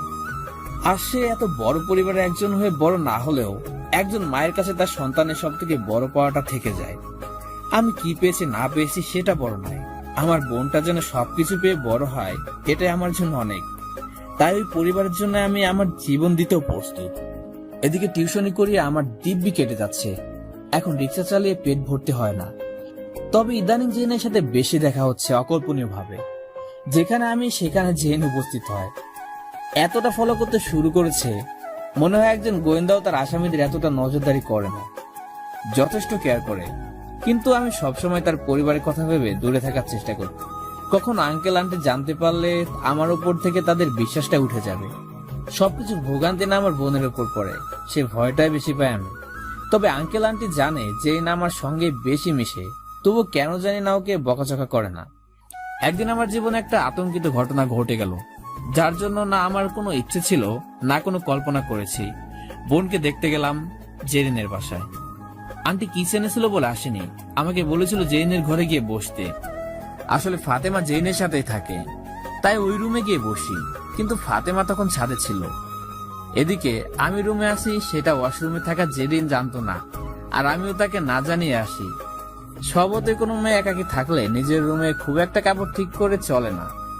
সে স্বাভাবিকতার জের ধরে তোয়ালে পেঁচে গোসল করে বের হলো। ওর হালকা ভেজা ধবধবে ফর্সা শরীরের নীল সবুজ শিরাগুলো স্পষ্ট দেখতে পাচ্ছিলাম। ওর ভেজা চুল থেকে তখনও ঝলকনা টপ টপ করে পড়ছিল। সে ঝলকনাতেই হয়তো আমার সর্বনাশ দেখতে পেয়েছিলাম। ওর এমন আগমনের জন্য কোনোভাবে প্রস্তুত ছিলাম না। ভিতরের পুরুষটাও খুব জোরে চিৎকার দিয়ে বেরিয়ে আসতে চাইল, কিন্তু পারেনি। ওকে দেখে আমি নিজেকে সংযত করার লক্ষ্যে অন্যদিকে তাকিয়ে এলাম। কিন্তু কাছে বাবার স্বপ্ন বুনে যে এতদিন আকুলতার সমুদ্রে হাবুডুবু খাচ্ছে, সেই জেনকে আমাকে এত সহজে এত কাছে পেয়েও ছেড়ে দিবে, এতটা হয়তো স্বপ্নেও সম্ভব না। দরজা আটকে দিয়ে আমার সামনে এসে দাঁড়ালো জেরিন। আজকে জেরিনকে যতটা সুন্দরী ও আকর্ষণীয় লাগছে, তার থেকে চোখ ফিরিয়ে রাখা দায়। কিন্তু তারপর ওর হাতের ছোঁয়াতে ওর দিকে তাকাতে বাধ্য হলাম। সরি, ফাতেমাকে দেখতে এসেছিলাম, ভিতরে এভাবে আসবে ভাবিনি। আমি বাইরে যাচ্ছি, তুমি বদলে তারপর এসো। যেতে দেবার জন্য কি দরজা লাগিয়ে এলাম? জিন প্লিজ এমন কিছু করো না যার জন্য তোমার বাবা মা আমাকে খারাপ জানে। কেউ যদি জানে তবে না তোমাকে খারাপ ভাববে। আজ জাইন সাহেবকে এমন একটা সারপ্রাইজ দিব, সেটা পেয়ে তার অবস্থা কি হয় আমি তা দেখতে চাই। অনেক সারপ্রাইজ পেয়েছি, আর কিছু চাই না। আমি চলে যাব জেরিন। জেরিন আমার ঠোঁটে ওর আঙুল রেখে চুপ করিয়ে দিল। তারপর আমার চোখে চোখ রেখে ওর শরীর থেকে তোয়ালে খুলে ফেললো। আমার এই শরীরটা শুধু তোমাকে চাই জাইন, এই শরীরে শুধু তোমার ছোঁয়ায় আগুন জ্বলবে। জেরিনের নগ্ন শরীরের দিকে তাকিয়ে আমি যেন গভীর সমুদ্রে পড়ে তীর খোঁজার চেষ্টা করছি। জীবনে এমন সিচুয়েশন কখনো পড়িনি। পরক্ষণে চোখ বন্ধ করে জেরিনকে বললাম, জেরিন তোমার কাছে হাত জোর করছি, আমাকে আর কষ্ট দিও না। নিজেকে সামলাতে খুব কষ্ট হচ্ছে, প্লিজ। কষ্ট কমাতেই তো নিজেকে সঁপে দিলাম। সুখ খুঁজে নাও আমার শরীরে, জড়িয়ে ধরো আমাকে। আমি পারবো না জেরিন, এটা সম্ভব না। জেরিন আমার কথায় বুঝতে পারলো আমি কখনো শরীরের লোভে ওর সাথে মিশি না, তাই নিজে থেকে আমাকে জড়িয়ে ধরলো শক্ত করে। ওর বুকের হৃৎপিণ্ডের শব্দের ধুকবুকানির শব্দ স্পষ্ট বুঝতে পারছি। জেরিন আমার স্পন্দনের অস্বাভাবিকতা কান পেতে শুনছে আর বলছে, জাইন তুমি কি জানো তোমার হৃদয়টা কি যাচ্ছে? জানি। বলো তো কি, বলো তো কি? এখান থেকে চলে যেতে চাচ্ছে। থুর না, ও চাচ্ছে আমাতে মিশে যেতে, আমি স্পষ্ট শুনতে পাচ্ছি। জেরিন আমাকে ছেড়ে দাও না প্লিজ। একটা চুমু দাও আমার গোলাপি ঠোঁটে, তাহলে ছাড়বো। কখনোই পারবো না আমি, প্লিজ জোর করো না। হবে না তাহলে। প্লিজ জেরিন। জেরিন আমাকে আরো শক্ত করে জড়িয়ে ধরে আমার দু চোখ বুজে থাকা চেহারাটা দেখছে। তারপর আমার কলার টেনে ধরে ওর পাপড়ির মতো ঠোঁটগুলো আমার ঠোঁটে চেপে ধরলো। ঠোঁটের স্বাদ পেতে সেখানে টর্নেডো চালাচ্ছে। আমি নিজেকে সরিয়ে রাখার প্রাণপণ চেষ্টা করছি, কিন্তু আমার ভেতরের পুরুষটাও ক্রমান্বয়ে ক্ষিপ্ত হয়ে গেছে। অবশেষে বাদ ভাঙলো আমার। চোখ খুলে জেরিনের কামার্ত চোখে আটকে গেলাম। ওর চুমুর পাল্টা জবাব দিতে লাগলাম। জেরিন আমার হাত একটা ধরে ওর কোমরে রাখলো। তখন আমি আমার ভিতরে ছিলাম না, হয়তো হারিয়ে গেছি জেরিনের মাঝে। ওর শরীরটাকে ছুঁয়ে অনুভব করার ব্যাকুলতা নিজের হাতকে সামলাতে পারেনি। জেরিনের ইচ্ছে মতো শরীরের প্রতিটা লোমকূপে ছুঁয়ে দিলাম। কিছুটা সময় ওর সাথে মিশে গেলাম পাগলের মতো। এমন সময় দরজার বাইরে ফাতেমা এসে গেছে। ও দরজা নাড়িয়ে জেনকে ডাকলো। তখন শেষ হলো আমাদের মধুক্ষণ। যেদিন দ্রুত গতিতে তোয়ালে পেঁচিয়ে ওয়াশরুমে গেল জামা পরতে, আমি স্বাভাবিক হয়ে দরজা খুলে দিলাম। ফাতেমা আমাকে দেখে সোজা কোলে উঠলো। ওকে আদর করে কোলে তুলে নিলাম। কিছু সময় পর জেরিন একটা জামা পরে বাইরে এলো। আমি তখন ওর দিকে তাকানোর সাহস পাচ্ছি না। ভীষণ লজ্জার ঘৃণা হচ্ছে নিজের ওপর। কি করলাম আমি এসব? একটা মেয়েকে একা পেয়ে ওর শরীরের সাথে মিশতে শুরু করেছিলাম। কিন্তু আমি তো ইচ্ছে করে করিনি, আমাকে বাধ্য করা হয়েছে। কিন্তু আমি জেরিনের সামনে আর কি করে আসবো? ও যদি এখন আমাকে দোষারোপ করে, নিজের ওপর থেকে কি তবে সংযতা চলে গেল আমার? দ্রুত বের হয়ে গেলাম, বোনের আর আন্টির থেকে বিদায় নিই। তখন ভেতরে আগুন জ্বলছে। রাত অব্দি কথা হয়নি জেরিনের সাথে। রাত জেগে থাকতে ইচ্ছে না করলেও সেদিন আমার ঘুম আসছিল না। চোখ বন্ধ করলেও না করলেও শুধু জেরিনের সাথে ঘটনা সবকিছু ভাসছে। কিছুতেই ভুলতে পারছি না। পাগলের মতো ছটফট করছে মনটা। কি করলাম আমি? তখন জেরিনের ফোন এলো। হ্যালো জাইন, হুম, কি করছো? কিছু না, বসে আছি। জেরিন, আমি কিছু বলতে চাই। হ্যাঁ বলো। আজকের ঘটনার জন্য আমি প্রস্তুত ছিলাম না। সবকিছুর জন্য মাপ চাচ্ছি। আমার নিজের ওপর কন্ট্রোল থাকা উচিত ছিল, যা আমি পারিনি। যা কিছু হয়ে গেছে ভুলবশত, সবকিছুর জন্য ক্ষমা চাচ্ছি। শরীরকে কন্ট্রোল করে মন, কিন্তু সেটা সাময়িকভাবে। এখানে তোমার দোষটা কোথায় সেটাই তো বুঝতে পারছি না আমি। আজ যা হয়েছে সেটা আমি তোমাকে বাধ্য করেছি করতে, কারণ আমি তোমাকে ভালোবাসি। যাই, নিজেকে দোষী ভেবো না কখনো। আমি নিজেই নিজেকে তোমার হাতে তুলে দিয়েছি। হয়তো বিয়ের আগে এটা ঠিক নয়, তবু আমার মনের ও শরীরের খোরাকটা তুমি, তাই তোমার কাছেই নিজেকে সঁপে দিয়েছি। আমার সম্পূর্ণ শরীরটা তুমি দেখেছো, কিন্তু আমার মনটা কি দেখোনি? নাকি মনের ভেতর যে আগুন জ্বলছে তোমাকে আপন করে পাবার, সেটা চোখে পড়েনি? বুঝতে পারো না কতটা ভালোবাসি আমি তোমাকে? কিসের ভয়ে নিজেকে দূরে সরিয়ে নিচ্ছ তুমি? কেন আমার মনে অবহেলার কাঁটা বিছিয়ে দিচ্ছ? বিশ্বাস করো জাইন, আমি তোমাকে মন থেকে ভালোবাসি। আর আজকে তোমার হাতে নিজেকে তুলে দিয়ে আমি কোনো ভুল করিনি, কারণ যাকে ভালোবাসি তার কাছেই সঁপেছি আমার সবকিছু। জেরিন, তোমার বাবা মা কখনো আমাদের সম্পর্ক মানবে না। তার চেয়ে বরং আমরা দুজনে নিজেদের সময় দিয়ে সেই পর্যায়ে নিয়ে যাই যেখানে গেলে কেউ আলাদা করার কথা ভাববে না। আমাকে নিজের পায়ে দাঁড়াতে দাও। আমিও সেটাই চাই। তবে আমি তোমার হয়ে থাকবো, তুমিও আমার হয়ে থাকবে, ব্যাস। আচ্ছা, মানলাম তোমার কথা। এবার খুশি? একটু প্রপোজ করতে হবে যে এখন। যেদিন তোমার যোগ্য বলে বিবেচিত হব সেদিনই প্রপোজ করব, এর আগে নয়। না, এই ছেলেটাকে কিছুতেই বাগে আনা সম্ভব না। দাঁড়াও, দেখো আমি কি করতে পারি তা হারে হারে টের পাবে। জাইন আমার কথায় এতটা খুশি হয়েছে যা বলে বোঝানো যাবে না। এতদিনের অনাকাঙ্ক্ষিত স্বপ্ন পূরণ হতে চলেছে, কিন্তু জাইনকে কাছে পাওয়াটা খুব দরকার। চোখের আড়াল হতে দেওয়া যাবে না। শকুনির অভাব নেই আশেপাশে, তাই নিজের প্রিয় জিনিসটাকে নিজের কাছে রাখতে হবে। পরদিন সকালে জেরিন ফাতেমাকে নিয়ে ওর বাবার কাছে গিয়ে বলল, বাপি, আগামী সপ্তাহে আমার ফাইনাল পরীক্ষা। তো পড়াশোনা কেমন হচ্ছে মামনি? ভালোই, কিন্তু কিন্তু কি? বাপি, তো করো, তোমার বন্ধু বান্ধবী যারা আছে ওদেরকে বলো আসতে। বাপি, সবাইকে কি আসতে বলা যায়? তাহলে সবাই তো ভালো করবে, কেন বোঝো না? তাহলে কি করবা? জাইনকে বলবো শুধু ওর কাছে যে নোটস আছে সেটা বেস্ট। ও হ্যাঁ, ঠিক তো। তাইলে জাইনকে আসতে বলো, এতে সমস্যা কি? উফ বাপি, তুমি দিন দিন বোকা হয়ে যাচ্ছ কেন? আবার কি হলো মামনি? জাইন দিনে কলেজ শেষে টিউশনি করায়, তাহলে ও রাতে এসে আবার কি ওর ঘরে যাবে? ওর কষ্ট হবে না বলো? তাও ঠিক। তাহলে কি করা যায় মামনি, বলো তো? আমাদের চিলে কোঠার ঘরটা তো ফাঁকাই আছে, ওকে ওখানেই থাকতে দিলে কি সমস্যা হবে তোমাদের? ও আচ্ছা, এই ব্যাপার তাহলে। এখানে আবার ব্যাপারের কি হলো? তুমি চাচ্ছ জাইন এখানে থাকুক, তাই তো? সেটা বললেই হয়। এখানে থাকলেও নির্দিষ্ট থাকার জায়গাও হবে, তোমার স্টাডিরও ভালো হবে, আর বোনকেও দেখতে পারবে। এটাই তো নাকি? বাপি, তুমি রাগ করো না প্লিজ। না মামনি, রাগ করবো কেন? সবারই একটা থাকার জন্য ঘর প্রয়োজন। পড়াশোনার পরিবেশ না থাকলে পড়াশোনা ভালো হয় না। আর ও তো অনেক মেধাবী ছাত্রদের একজন। তুমি ওকে বলো এখানে চলে আসতে। কিন্তু আম্মু কি বলবে? তুমি আম্মুকে বলে দাও। তোমার আম্মুও কিছু বলবে না। তোমার আম্মুই কাল বলেছিল জাইনের জন্য একটা রুম দেখতে থাকার জন্য। নিজেদের রুম থাকতে ওকে বাইরে রাখার কি দরকার? আমার লক্ষ্মী বাপি। তুমি কাউকে বলে দাও ওই রুমটা পরিষ্কার করে রাখবে। আচ্ছা ঠিক আছে বাপি। জেরিন তার প্ল্যান মতো রুমও ঠিক করে দিল, কিন্তু প্রিয় মানুষের জন্য রুমটা অন্য কেউ পরিষ্কার করবে এটা তার মন পুত হলো না। তাই নিজেই গিয়ে রুমটা সুন্দর করে পরিষ্কার করে রাখলো। তারপর কল করলো আমাকে। হ্যালো মিস্টার, কোথায় আপনি? এই তো টিউশনি করাতে যাব। আচ্ছা ঠিক আছে যাও, আর শোনো টিউশনি শেষ করে আমাকে কল দিও, কথা আছে। আচ্ছা ঠিক আছে। আমি বের হয়ে গেলাম টিউশনি করাতে। এদিকে জেরিন গাড়িতে ফাতেমাকে নিয়ে বের হলো। তারপর সন্ধ্যায় বাসায় ফিরে এলো।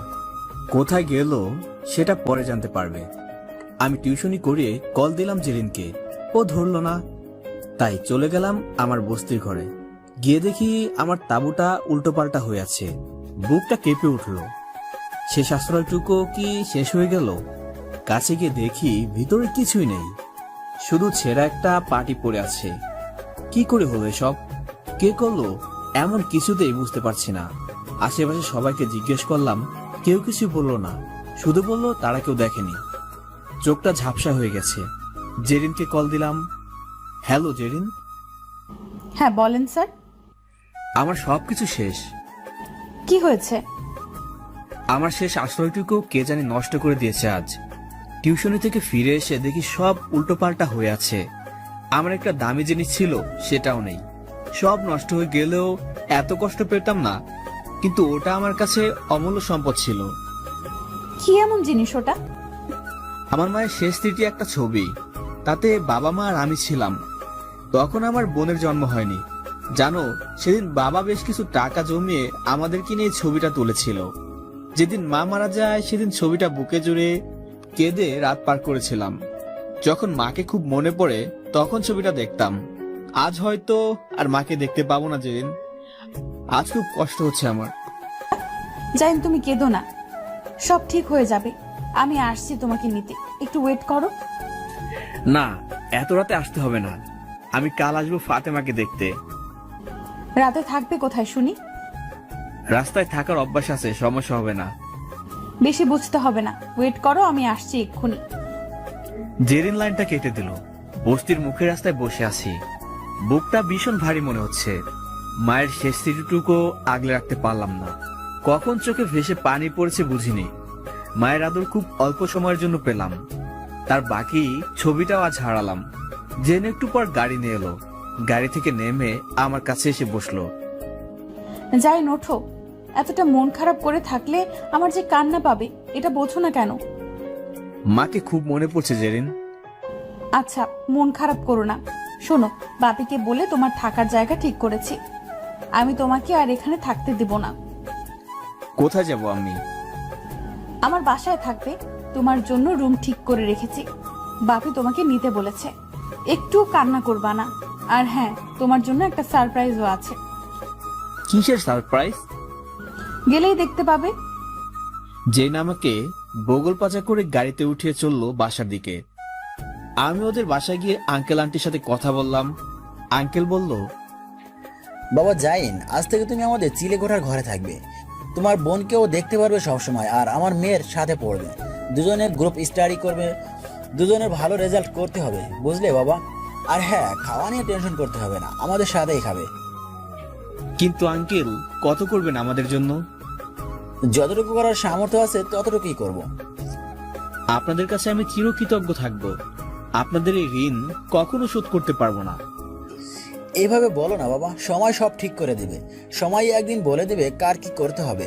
যাও, তুমি তোমার রুমটা দেখে এসো, তারপর একসাথে খাবো। আচ্ছা আঙ্কেল। ফাতেমাকে কোলে তুলে আদর করলাম। ভাইয়ের কোলে উঠে খুব আরাম পাচ্ছে। গলা জড়িয়ে ধরে আছে আমার। তারপর জেন আমাকে নিয়ে গেল আমার নতুন রুমে। দরজা খুলে দেখি রুমটা অন্ধকার।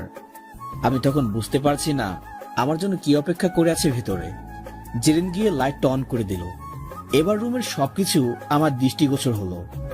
এবার সত্যি আমার মনটা খুব আনন্দে নেচে উঠেছে। সুখের অশ্রু টলটল করছে আখিদয়ে। জেরিন আমাকে না বলে এত কিছু করলো।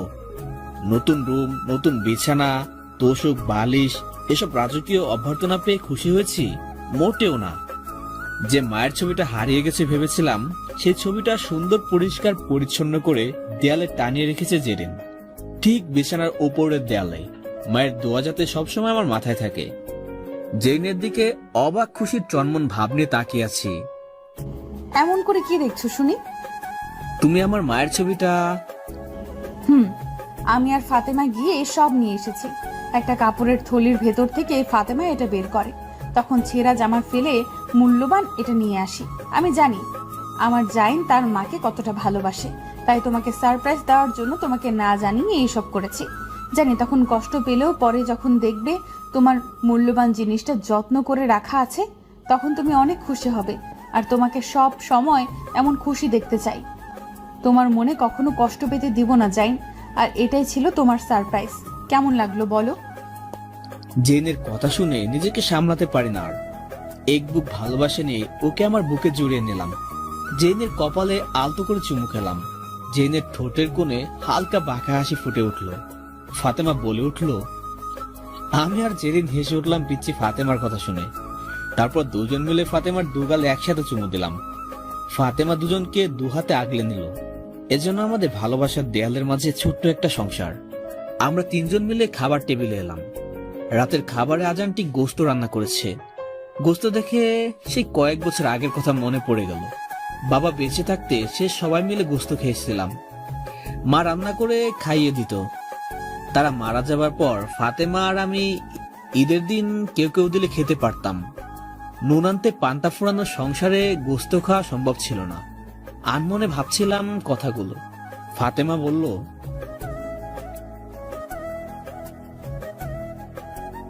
ওভাবে ইচ্ছারা হয়তো কেউ গোশত খায় না। ফাতেমার কথায় সবার বুঝতে বাকি রইল না আসল ব্যাপারটা কি। আন্টি ফাতেমাকে কোলে বসে ওকে খাইয়ে দিচ্ছে। আমিও খাওয়া শুরু করলাম। এদিকে জেরিন আমার পাশে বসেছে। এক হাতে খাচ্ছে, আর এক হাতে আমার পায়ে চিমটি দিতে দিতে ব্যথা করে দিচ্ছে। এমনি আমার সারা পায়ে একটু বেশি ঘন ঘন পশম থাকায় ওর প্রতিটা চিমটিতে খুব ব্যথা লাগতেছে। না পারছি কিছু বলতে, না পারছি সহ্য করতে। ওর উপর ওর পায়ের নখের আঁচড়। খেতেও পারবো না শান্তি মতো। একবার খাওয়া শেষ করি, তারপর বুঝাবো মজা। খাওয়া শেষ করে আমি আমার নতুন রুমে চলে গেলাম। সবই গোছানো আছে, একটা টেবিল রাখা। আমার বইগুলো খুলে পড়তে শুরু করলাম। রাত তখন 12টার ওপার। সবাই ঘুমিয়ে গেছে ততক্ষণে। জেরিন ঘুমিয়ে গেছে কিনা সঠিক জানি না, পড়তেও পারে। একটার সময় কল এলো জেরিনের। হ্যালো স্যার, ঘুমাচ্ছেন নাকি? না, পড়ছিলাম। তুমি ঘুমাওনি নাকি? না, পড়তে পড়তে বিরক্ত লাগছে। ফাতেমা কি করে? ও তো কখন ঘুমিয়ে গেছে, সাথে বাকি সবাই। ও, তাহলে তুমি ঘুমিয়ে যাও, আমিও ঘুমাবো এখন। তা হচ্ছে না। কেন? আমি এখন ছাদে আসবো আকাশ দেখতে। তো আমার কি, আকাশ দেখে ঘুমিয়ে যাও, আমি রাখছি। এই, ফোন রাখবে না একদম। আমি আকাশ দেখবো কি একা একা? তুমিও সাথে থাকবে। ওয়েট করো, আমি কফি বানিয়ে নিয়ে আসছি। না না, কফি খাবো না, তিতা লাগে। তাহলে চা বানিয়ে আনি। না না, ঘুম হয় না, শরীর কড়া লাগে। উফ, তো কি খাবে? কিছু খাবো না। আসছি আমি, তারপর বুঝাবো। একটু পর জেরিন দুটো কাপে কফি নিয়ে এলো। ছাদে দাঁড়িয়ে আছি দুজন। বললাম না, কফি তিতা লাগে আমার। এটাই খেতে হবে। অভ্যাসটা বদলাতে চাচ্ছ তাই না? শিখতে হবে সবকিছু। এত কিছু শিখে কি হবে? সমাজে চলতে গেলে ভালো মন্দ সব জানা উচিত, শেখা উচিত। তবে ভালোকে গ্রহণ করবে, খারাপকে বর্জন করবে। আচ্ছা, বুঝলাম। এত রাতে তুমি এখানে এসেছো, এটা আঙ্কেল আন্টির কানে গেলে বকবে তো তোমাকে। থুর বাপি আর আম্মু ঘুমালে ভূমিকম্প হলেও টের পাবে না। আর কফি খাবো, তারপর তোমার সাথে তোমার বিছানায় তোমাকে জড়িয়ে ধরে ঘুমাবো। জেরিনের এই কথা শুনে মুখ থেকে কফি ফুস করে বেরিয়ে গেল। ভীষণ পেয়ে গেল। কাশতে কাশতে বললাম, মানে কি এসবে জেরিন? যা শুনেছো ঠিকই শুনেছো। পাগল হয়ে গেছো নাকি? আমার রুমে ঢুকতে পারবা না একদম। কফি খেয়ে সোজা তোমার রুমে চলে যাও, তারপর ঘুমে যাও। যাবো না। কি করবা বলো, কি করবা? কি ব্যাপার, তুমি গায়ে ভাবে ধাক্কা দিচ্ছ কেন? দিচ্ছি, 100 বার দিব। কি করবা তুমি? রাত দুপুরে কি ভূতে পেলো তোমাকে? না, ভূতে পায়নি, জিনে পেয়েছে। বুঝেছি, তোমার আসলে কি কি? কিছু না, কেউ জানলে খারাপ ভাববে। যাও রুমে গিয়ে ঘুমিয়ে যাও। Okay, tata, bye bye. Bye. Jerin চলে গেল। আমি ছাদে একটু দাঁড়িয়ে আকাশ দেখছি। মায়ের কথা খুব মনে পড়েছে। হয়তো মা তারার দেশ থেকে দেখছে তার ছেলে মেয়ে এখন কত সুখে আছে। দোয়া করো মা, দোয়া করো মা আমাদের জন্য, আর এই মহান পরিবারের মানুষের জন্য। একদিন আমিও বড় হব, সবাইকে বলবো এতদূর আসার পিছনে এই মানুষগুলোর অকল্পনীয় সাপোর্টে বড় হয়েছি। কিছু সময় পর আমার রুমে গিয়ে দরজা লাগিয়ে দিলাম। তারপর বিছানায় তাকাতে দেখি জেরিন শুয়ে আছে। এই এই, তুমি কি করছো এখানে? তুমি না বললে রুমে গিয়ে ঘুমিয়ে যাও, তাই তো এসে ঘুমানোর আয়োজন করলাম। এখন বিরক্ত না করে আমাকে জড়িয়ে ধরে একটু ঘুমাও তো। জেরিন, বেশি বাড়াবাড়ি করলে কিন্তু আঙ্কেলকে বলে দেব। আচ্ছা তাই তো, বলো গিয়ে, আমি দেখি একটু কি বলবা তুমি। আমিও বলবো। আমাকে রুম থেকে ডেকে এনে তোমার সাথে এই রুমে আটকে রেখেছো, তারপর বুঝবে মজা। উফ, কেন এমন করছো বলো তো? কাছে এসো বলছি। না, যাব না। তুমি আমাকে কাছে পেলে জড়িয়ে ধরো শুধু। আহা গো লাজুক, ছেলের বুঝি খুব লজ্জা লাগে। মজা করো না, পরে বিপদ আছে। তাই বুঝি? জেরিন বিছানা থেকে উঠে আমার দিকে এগিয়ে এসে আমাকে বিছানায় ফেলে দিয়ে আমার উপর চড়ে বসেছে। আমার বুকের ভেতর মাথা রেখে চুপটি করে শুয়ে পড়লো। আমি অবাক হয়ে গেলাম। আজ কোন দুষ্টামি করছে না এই জেরিন। মন খারাপ করলে? না। তাহলে? তোমার বুকে মাথা রেখে অনেক ভালো লাগছে। কখনো আমাকে দূরে সরিয়ে দেবে না তো জাইন? খুব ভালোবাসি তোমাকে, আমি দুষ্টুমি করব না, শুধু একটু মাথা রেখে ঘুমোতে দাও। জেরিনের এমন কথা শুনে নিজে মন চাইছে ওকে জড়িয়ে ধরে রাখি, কিন্তু বিবেকের হাত করা পড়া হাত সেটা সম্ভব না। চিৎকার দিয়ে বলতে ইচ্ছে করছে, আমিও তোমাকে খুব ভালোবাসি জেরিন, কিন্তু নিজের অবস্থান যোগ্যতার দিকে তাকালে সবকিছু ধোঁয়াশা মনে হয়। ইচ্ছে থাকলেও পারলাম না তোমাকে জড়িয়ে ধরে রাখতে। ক্ষমা করে দিও আমাকে জেরিন। আনমনে ভাবছিলাম কথাগুলো, একটু পর খেয়াল করলাম জেরিন সত্যি সত্যি ঘুমিয়ে গেছে গভীর ঘুমে। ওর মাসুম চেহারাটা খুব মায়াবী লাগছিল। ওর সহসল মনের সাথে আমার মনটাও মিলিয়ে বললাম, থাক না একটু ঘুমিয়ে আমার বুকে। রাত তখন 3টা বাজে।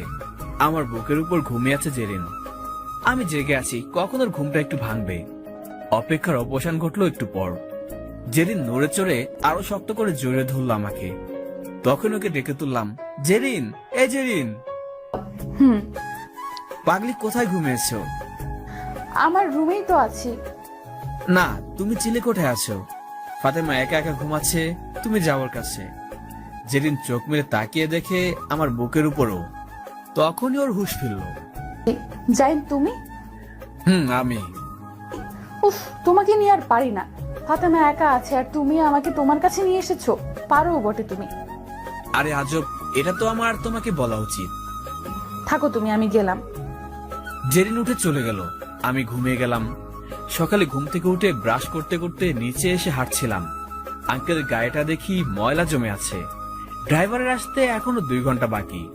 হাতে কাজ নেই বলে মোটর চালু করে গাড়িটা ওয়াশ করতে শুরু করলাম।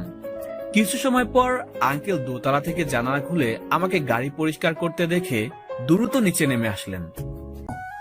এই জাইন, এসব কি করছো? কে করতে বলেছে এসব তোমাকে? কই, কেউ না তো, আমি নিজে থেকেই করছি আঙ্কেল। দেখলাম বেশ ময়লা জমে আছে, তাই এসব আর কি। থাকুক জমে, এসবের জন্য কাউকে মাইনে দিয়ে রাখা আছে, তুমি কেন এসব করবে? আসলে আঙ্কেল, আমি মন থেকে করেছি। আপনার ছেলের মতো ভাবেন আমাকে, তাহলে বাবার গাড়ি কি ছেলে পরিষ্কার করতে পারে না? তবুও তুমি আর এমন কিছু করবে না বাবা। কেউ দেখলে তোমাকে নিয়ে কিছু বললে আমার কষ্ট হবে। যাও, তুমি ফ্রেশ হয়ে নাস্তা করে নাও, কলেজে যেতে হবে। আজ থেকে জেরিন আর তুমি একসাথে কলেজ যাবে। আচ্ছা আঙ্কেল, আপনিও রেডি হয়ে নেন, অফিসে চলে যাবেন তো? চলো একসাথেই যাই। ফাতেমা আর আমি একসাথে ব্রাশ করে ফ্রেশ হলাম। জেরিন ম্যাডাম ঘুম ঘুম চোখে ব্রাশ করছে। ওর পাশ দিয়ে আসার সময় মাথায় চাটি মেরে আসতেই তেরে এলো। আমি দৌড়ে রুমে চলে গেলাম। নাস্তা করে কলেজে যাচ্ছি দুজন। রিক্সায় উঠে আমি যতটুকু সম্ভব চেপে বসেছি জেরিনের থেকে। আর জেরিন সেটা বলছে, ইচ্ছে করে আমাকে আরো চাপ দিচ্ছে। আমার আর সরবার মতো কোনো জায়গা নেই। অন্যদিকে তাকিয়ে মুচকি আসা জেরিনকে বললাম, এই মেয়ে, তোমার সমস্যা কি বলো তো? এই ছেলে, তোমার সমস্যা কি বলো তো? এত চাপিয়ে বসেছো কেন? ওপাশে একটু সরে বসা যাচ্ছে না? না, যাচ্ছে না। আমার বিস্ফোরা উঠেছে, তাই এদিকে চেপে বসেছি। তোমার কি তাতে? উফ, সবসময় এমন করো কেন? উফ, তুমি সবসময় দূরে সরে থাকো কেন? একটু কাছে এসে বসলে কি হয়? আমার অ্যালার্জি আছে। কই, আগে তো শুনিনি। একটু আগে থেকে শুরু হয়েছে। জেরিন এবার রেগে আমার হাতটা শক্ত করে জোরে ধরে বলল, এত অ্যালার্জি, এবার দেখি ছাড়বো না আর। সবাই দেখছে, এভাবে কেন ধরে আছো? হায় আল্লাহ! এত সরম সেদিন কই ছিল? খুব তো একেবারে খক খক খক খক খক। আমি কি ইচ্ছে করে এমন করছি নাকি? আজ রাতে বাসায় গিয়ে তোমাকে কঠিন শাস্তি দিব, কথাটা মনে রেখো। আর শারীরিক মানসিক ভাবে প্রস্তুতি নাও। এই, আজ যদি কিছু করো তো তোমার খবর আছে বলে দিলাম জেরিন। সেটা সময় বলে দেবে কে কি করবে। কলেজে আসছি, চলো। এদিকে আঙ্কেল দুপুরে খাবার খেতে বাসায় আসলে আন্টি ফাতেমাকে নিয়ে খেতে বসেছে। তখন আন্টি বলল, এই শুনছো, তোমাকে একটা কথা বলবো ভাবছি, কিন্তু তুমি কি ভাববে তাই সাহস পাচ্ছি না। কি এমন কথা বলবে? নতুন কিছু কিনবে নাকি অন্য কিছু? আরে ধুর, কিছু কিনলে আবার তোমাকে জিজ্ঞেস করে কিনি নাকি আমি? আর আমার মেয়েই কিনতে পারে? ও আচ্ছা, টাকা আমার, আর আমারই পারমিশন নেওয়ার প্রয়োজন নেই, তাই না? তোমার আবার কিসের পারমিশন নিতে হবে শুনি? তোমার সব ইনকাম তো আমার আর আমাদের মিষ্টি মেয়েটার জন্য, তাই তো আমরা দুজনই যখন যেটা দরকার সেটাই কিনে আনি। এখন শোনো, যেটা বলতে চাচ্ছিলাম, বলো। মেয়ে যখন হয়েছে তখন একদিন না একদিন ওকে তো বিয়ে দিতেই হবে, কিন্তু ওকে ছাড়া এত বড় বাড়িটা যে খালি হয়ে যাবে আমাদের। শুধু বাড়ির কথা ভাবছো? আমাদের বুকটাই তো খালি হয়ে যাবে, সেটা ভাবলে না? উফ, বলতে তো দিবা নাকি? তোমার সেই পুরনো পোস্টটা আর গেল না। আচ্ছা আচ্ছা, বলো, শুনছি। আজকাল ভালো ছেলে পাওয়াও তো মুশকিল। ছেলে ভালো তো পারিবারিক সমস্যা, আবার পরিবার ভালো তো ছেলের সমস্যা। তা তো ঠিক। তাই বলছিলাম যে জাইনের তো কোনো সমস্যা নেই, পরিবার বলতেও তো আমরা, আর ছেলেও তো ভালো। এখন পড়াশোনা শেষ করতে পারলে ভালো চাকরি, মানে তোমার অফিস ব্যবসা সামলাতে একাই পারবে। তাহলে ঘরের মেয়ে ঘরেও থাকলো, আর ভালো ছেলেও পেলাম, আর ফাতেমাও ভালোভাবে বড় হবে এখানে। তাতে ওকে ভালো করে বিয়েও দিতে পারবো আমরা। কি বলো তুমি? ভাবছি তুমি ইদানিং কি খাচ্ছ যে এমন বুদ্ধি বাড়ছে। সারা জীবন এত সুন্দর বুদ্ধি তো কখনো দাওনি আমাকে। যাক, আমার টাকা জলে ফেলছে না। জায়েনকে আমারও ভালো লাগে। থাক, হয়েছে। নিজের বুদ্ধির কত জোর তা আমার ঢের জানা আছে। আরে শোনো, সকালে কি করেছে জায়েন? কি করেছে?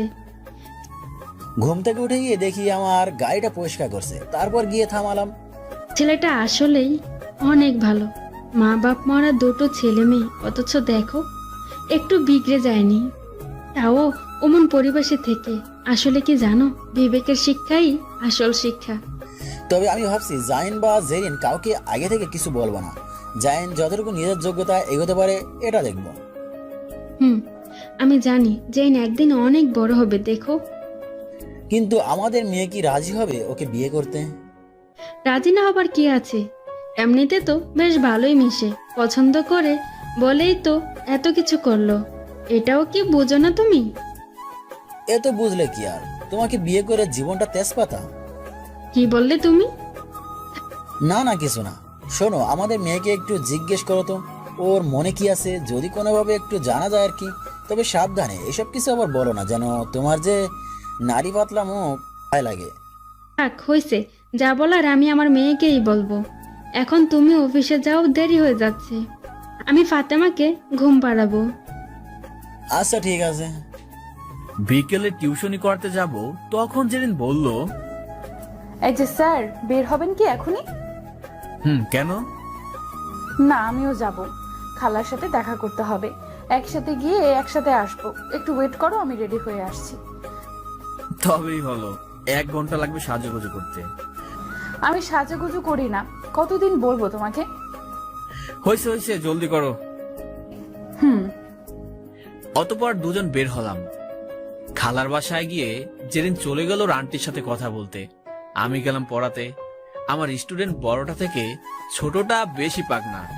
একসাথে এসেছি দেখে ছোটটা বলল, ভাইয়া, আপনি নাকি এখন আপুদের সঙ্গে থাকেন? আপু। তাহলে তো ভালোই হলো, আপুদের বাসায় গেলে আপনার সাথেও দেখা হবে। আম্মু নিয়ে গেলে যাব। কাল তো শুক্রবার, কাল এসো, সবাই মিলে অনেক আড্ডা দিব। আজ কিন্তু আপনাদের দুজনকে খুব মানিয়েছিল। মানে? না, একসাথে এলেন তো তাই।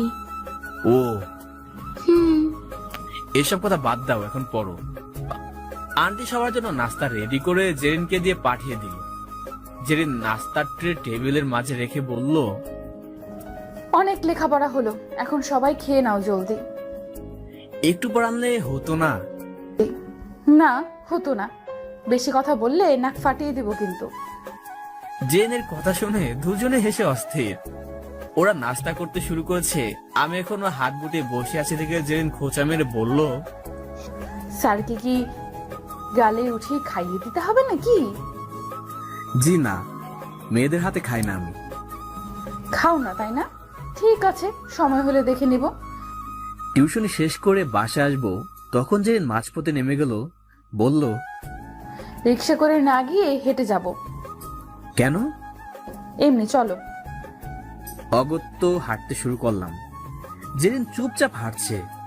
একটু পর আমার আঙুলের ফাঁকে ওর আঙুল রেখে হাঁটতে শুরু করলো। তারপর আনমনা ওর নরম সুরে বলল, জানি তোমার হাতটাকে অনেক ভরসা করি, কখনো আমাকে ছেড়ে চলে যেও না প্লিজ। আমি মনে মনে বললাম, ছেড়ে আর কোথায় যাব তোমাকে রেখে? আমিও যে তোমাকে অনেক ভালোবাসি জেরিন, কিন্তু মুখ ফুটে বলতে চেয়েও পারি না। এর চেয়ে কষ্ট আর কি আছে সেটা তোমাকে কি করে বোঝাই? কোনো একদিন বলবো তোমাকে কতটা ভালোবাসি। জানি না সেদিন তোমাকে পাবো কিনা। যাই, চুপ করে আছো যে। আচ্ছা, আমি কি এতটাই খারাপ মেয়ে যাকে তোমার একটুও পছন্দ হয় না? বলো না যাই। জেরিন, এসব কি বলো? তুমি কি বুঝো না আমি তোমাকে কতটা ভালোবাসি? সবই বুঝি আর সবই জানি জেরিন, শুধু সময়ের অপেক্ষা। জেন আমাকে হঠাৎ করে জড়িয়ে ধরে বলল, আমি তোমাকে হারাতে পারবো না যাই। আমি শুধু তোমাকে চাই, আর কিছু চাই না। আরে পাগলি, এত মন খারাপ করছে কেন? আমি কি চলে যাচ্ছি কোথাও, নাকি কেউ আমাকে বিয়ে করে পালিয়ে যাচ্ছে? জেরিন বেঁচে থাকতে তোমাকে কেউ বিয়ে তো দূরে থাক, দু চোখ তুলে দেখবে সেই সাহস পাবে না, মনে রেখো। আচ্ছা ঠিক আছে, এখন তো ছাড়ো, সবাই দেখছে তো। উফ, তাতে আমার কি? এখন ছাড়েন ম্যাডাম, রাতে জড়িয়ে ধরে কালকের মতো ঘুমিয়েন কেমন? কি সত্যি? তাহলে চলো। রাতে খাবার খেয়ে রুমে এসে পড়েছি। 12টার পরপরই জেরিন চুপি চুপি এসে হাজির। আজ আবার এসেছো তুমি? তো কি হয়েছে শুনি? কবে যে তোমার জন্য বকা শুনবো কে জানে। জেরিন দরজা লাগিয়ে দিয়ে আমাকে জড়িয়ে ধরে বলল, আজ আমি কোথাও যাব না তোমাকে ছেড়ে। সারা রাত ঘুমাবো এভাবে জড়িয়ে ধরে। ঢং যত সব। ওহো, আজ তো তোমার শাস্তি আছে, পাও না, মনেই ছিল না। না জেরিন, একদম দুষ্টামি করবে না। জেরিন আমাকে বিছানায় ফেলে দিয়ে আমার এক হাত গামছা দিয়ে আর এক হাত ওর ওড়না দিয়ে খাটের দুপাশে বেঁধে দিল। এই, আমাকে বাঁধলে কেন? না, চুপ, একটা কথা বলবে না। কিন্তু এভাবে কেন? চুপ। জেরিন আমার উপর চড়ে বসে এক এক করে ওর শরীর থেকে জামা খুলতে লাগলো। এমন অবস্থা কার সহ্য হয়? জেরিন প্লিজ, এমন করে আমাকে কষ্ট দিও না। এটাই তোমার শাস্তি, দেখো কতক্ষণ সহ্য করতে পারো। এরপর শুরু হলো জেরিনের তাণ্ডব লীলা। উন্মাদের মতো চুমু খেতে শুরু করেছে আমাকে। তাতে আমার অবস্থা শোচনীয়। চুমু খেলেও ভালো হতো, কিন্তু কামড়গুলো কিছুতে সহ্য করতে পারছি না। উত্তেজনায় রক্ত টকবক করছে আমার। এরপর জেরিন ওর বুকের সাথে আমার মুখটাকে চেপে ধরে বলল, আমার হৃদয়ের আকুলতা কি তুমি বুঝতে পারো না যাই? বেশ পারছি। এখন আমাকে মুক্তি দাও প্লিজ। এত সহজে তোমাকে ছাড়বো না। আমার কষ্ট হচ্ছে নিজেকে সামলাতে জেরিন প্লিজ। কষ্ট পেতে বলে কে? কোথায় কষ্ট হচ্ছে শুনি? আমার সারা শরীরে। ওলে বাবা লে, আতো তোমাকে তা থামিয়ে চুমুকাবো। আমাকে ছেড়ে দাও না জেরিন। কে শুনে কার কথা? জেরিন আমার সারা শরীরে চুমু খাচ্ছে। ধৈর্য আর উত্তেজনা বাদ ভেঙে যাচ্ছে ওর প্রতিটা চুমুর গভীরতায়। জেরিনের নগ্ন বুকটা আমার বুকের সাথে মিলে শক্ত করে জোরে ধরে আছে। এরপর আমার চুলগুলো আঁকড়ে ধরে আমার ঠোঁটগুলো পরম সুখে আবাদ করছে। জেরিন আমার ঠোঁটগুলোতে চুমু খেতে খেতে হাতের বাঁধন খুলে দিল। আমি ছাড়া পেয়ে ওকে জোরে ধরে বিছানায় ফেলে ওর উপর উঠে ওর প্রতিটা চুমুর পাল্টা জবাব দিচ্ছি। এখন ওর সারা শরীরে চুমু খেলাম। জেরিন পাগলের মতো ছটফট করতেছে। জাইন, আজ তোমার কাছে আমি পরম সুখ চাই। না না, সম্ভব না, ওটা বিয়ের পরে পাবে। না, আমার খুব কষ্ট হচ্ছে, প্লিজ। সেটি হচ্ছে না। আমি চাই। হবে না। আমি তোমাকে পারমিশন দিচ্ছি, তো তাহলে কেন না যাই? আগে বিয়ে তারপর সব। আমার কথায় জেরিন প্রচুর রেগে গেছে, সাথে কষ্ট পেয়েছে। আমাকে ধাক্কা দিয়ে ফেলে দিল জেরিন। আচমকা ধাক্কা দেয়ায় তাল সামলাতে পারেনি। বিছানায় ওর উপর থেকে পড়ে গেলাম। পায়ে আর মাথায় কিছুটা আঘাত পেলাম। জেরিন সেদিকে ভুরুক্ষেপও করলো না। ও জামা কাপড় পরে হনহনে চলে গেল রুমে। ফ্রেশ হয়ে বিছানায় শুয়ে ভাবছি, আমি কি কোনো ভুল করলাম? ওর কথা মতো চলাটা কি ঠিক ছিল? জানি না কাল কি হবে। সকালে উঠে নাস্তা করে অপেক্ষা করছি জেরিনের জন্য, কলেজে যাব বলে। ওর আসতে দেরি হয়। ভেতরে গিয়ে দেখি জেরিন নাই। আন্টিকে জিজ্ঞেস করতে বলল কলেজে গেছে জেরিন। আমি দ্রুত চলে গেলাম কলেজের দিকে। বুঝলাম কষ্ট পেয়েছে অনেক। আমি কলেজে গিয়ে জেরিনকে দেখে ওর পাশে বসতে গেলাম। জেরিন সরে বসে অন্য একজনকে বসালো ওখানে। আমি শেষের বেঞ্চে গিয়ে বসলাম। বুঝলাম ওর রাগ ভাঙাতে হবে। কলেজ শেষে বাসায় আসবো, তখনও গেটে জেরিনের জন্য অপেক্ষা করছি। ও এলে ওর সাথে হাঁটছি। জেরিন, আমাকে এড়িয়ে চলো না প্লিজ, আমার কষ্ট হচ্ছে। চুপ করে থেকো না প্লিজ, কথা বলো। আমার কথাটা একবার শোনো, তারপর ঝামেলা মনে হয় তাই করো। তবুও চুপ করে থাকবে, কথা বলবে না। ফাঁকা একটা চিপায় জেরিনকে হাত ধরে পেছনে ঘুরে ওর রাঙা ঠোঁটগুলো আমার দখলে নিলাম। জেরিন আমার গালে ঠাস করে দুটো চর বসিয়ে দিল। আমি অবাক হয়ে ওর চোখের দিকে তাকিয়ে আছি। জেরিন আমার সাথে এমনটা করতে পারলো? এত রাগ আমার উপর। ওর হাত দুটো আলগা করে দিলাম। তারপর নিজের মতো করে চলে গেলাম ওর সামনে থেকে। চোখটা ঝাপসা হয়ে গেছে। পানিটুকু মুছে হাঁটতে হাঁটতে চলে এলাম একটা বড় গাছের নিচে। বসে বসে ভাবছি কি এমন অন্যায় করেছি আমি। ওদিকে জেরিন বাসায় গিয়ে খাওয়া শেষ করে ঘুমিয়ে গেছে। আমি আর বাসায় গেলাম না। সময় মতো টিউশনি করাতে চলে গেলাম। তারপর রাত 10টার পর বাসায় গিয়ে চুপচাপ শুয়ে পড়লাম। আন্টি একটু পর এসে বলল, কি হয়েছে বাবা? আজ সারাদিন কই ছিলে? দুপুরে এলে না, আর এত রাত করে কেন এলে? আন্টি, কলেজ শেষে একটা চাকরির জন্য বেরিয়েছিলাম। তারপর টিউশনি করে আসার সময় একটা বন্ধুর সাথে দেখা হলো। কথা বলতে বলতে দেরি হয়ে গেছে। ও আচ্ছা, চলো খেয়ে নাও জলদি। না না আন্টি, আমি আজ খেয়ে এসেছি ওই বন্ধুর সাথে। ও তাহলে শুয়ে পড়ো কেমন, আমি আসছি। আন্টি ফাতেমা? ও খেয়ে ঘুমিয়ে গেছে জেরিনের কাছে। আচ্ছা আচ্ছা আন্টি, আপনিও গিয়ে শুয়ে পড়েন তাহলে। আচ্ছা বাবা। আন্টি চলে গেল। আমিও ফ্রেশ হয়ে ছাদে বসে আছি। ভীষণ কষ্ট হচ্ছে আমার। কাউকে বলতেও পারছি না, সইতেও পারছি না। ভালোবাসা এত কষ্ট কেন হয়? দম বন্ধ হয়ে আসছে। প্রতিটা নিঃশ্বাস এতটা ভারী হয়ে গেছে, আর বুকের বাম পাশে চিনচিন ব্যথা করছে। চোখের পাতাগুলো বৃষ্টি ঝরানোর জন্য যেন আকুল আবেদন করেছে। জানি না কি ভুল করেছি, জেরিন আমাকে ওর নিজের চেয়েও বেশি ভালোবাসে, আর তাকে আমি এত কষ্ট দিলাম। প্রিয় মানুষের থেকে সামান্য পরিমাণ কষ্ট পাহাড় সমান হয়ে হৃদয় ক্ষত বিক্ষত করে। সেখানে এমন পরিস্থিতিতে আমি আমার ভালোবাসাকে অবহেলা করে কষ্ট দিয়েছি। ভুল হলেও ভুল করে আমি আমার জেরিনের কষ্ট মুছে দিব। হ্যাঁ, এটাই ফাইনাল। মনে মনে না সিদ্ধান্ত যখন ফাইনাল করে নিলাম, ততক্ষণে বুঝতে পারলাম কেউ একজন আমার পেছনে। মিষ্টি সুগন্ধে নাকে যেতেই বুঝতে বাকি নেই আমার ভালোবাসা আমার মনের রানী এসেছে। জেরিনকে জড়িয়ে ধরে বললাম, জেরিন, আমাকে তুমি ক্ষমা করে দাও। আমি ইচ্ছে করে তোমাকে কষ্ট দিতে চাইনি। আমার কাছে তোমার ইচ্ছে সব, আর কখনো তোমার মনের বিরুদ্ধে গিয়ে তোমাকে কষ্ট দেব না। জাইন, তুমি আমাকে ক্ষমা করে দাও। আমি তোমার গায়ে হাত তুলে অনেক বড় অন্যায় করে ফেলেছি। প্রচণ্ড রাগের মাথায় এসব হয়ে গেছে। বিশ্বাস করো, তারপর থেকে কোনো কিছু ভালো লাগছে না আমার। অনেক কান্না করেছি। জেনের চোখ মুখ ফুলে গেছে কান্নার জন্য, গাল দুটো লাল টকটকে হয়ে আছে। আর ওর চোখের পানি মুছে দিয়ে বললাম, আচ্ছা যা হবার হয়ে গেছে, এসব বাদ দাও। কিন্তু তোমার ফর্সা নাকটা কেমন টমেটোর মতো হয়ে গেছে। আমার নাক টমেটোর মতো? তাই তো দেখছি। দেখো, কাল থেকে অনেক কষ্ট দিছো, এখন ঝগড়া করতে মন চাচ্ছে না আমার। কষ্ট তো তুমিও পেয়েছো, আমিও পেয়েছি। এখন সব কষ্ট দূর হয়ে যাবে। কিভাবে শুনি? জেরিনকে আরকোলা করে আমার বিছানার দিকে নিয়ে যাচ্ছি, আর কানে কানে বললাম, আজ তোমাকে সুখের উত্তাল সমুদ্রে হাবুডুবু খাবো। সত্যি নাকি কালকের মতো ঢপ দিচ্ছ? সত্যি সত্যি সত্যি। যা, আমার বুঝি শরম নাই? থাক, হইছে। কত লজ্জা শরম আছে তা তো ভালো করে জানি। জেনকে বিছানায় ফেলে ওর সব কষ্টগুলোকে চুমুর প্রতিদানে মোছার চেষ্টা করছি। আজ আর কোনো বাধা দিব না। আমি জেরিনকে সুখী আর হাসি মুখে দেখতে চাই। অতঃপর দুজনে হারিয়ে গেলাম গভীর প্রণয় লীলায়। ঘন্টা দুয়েক পর জেরিন আমার নগ্ন বুকের উপর মাথা রেখে জড়িয়ে ধরে শুয়ে আছে। আমি ওর খোলা পিঠে হাত বুলাচ্ছি। জেরিন, আজ থেকে আমার উপর তোমার সমস্ত কন্ট্রোল থাকবে। মনে থাকবে তো তোমার?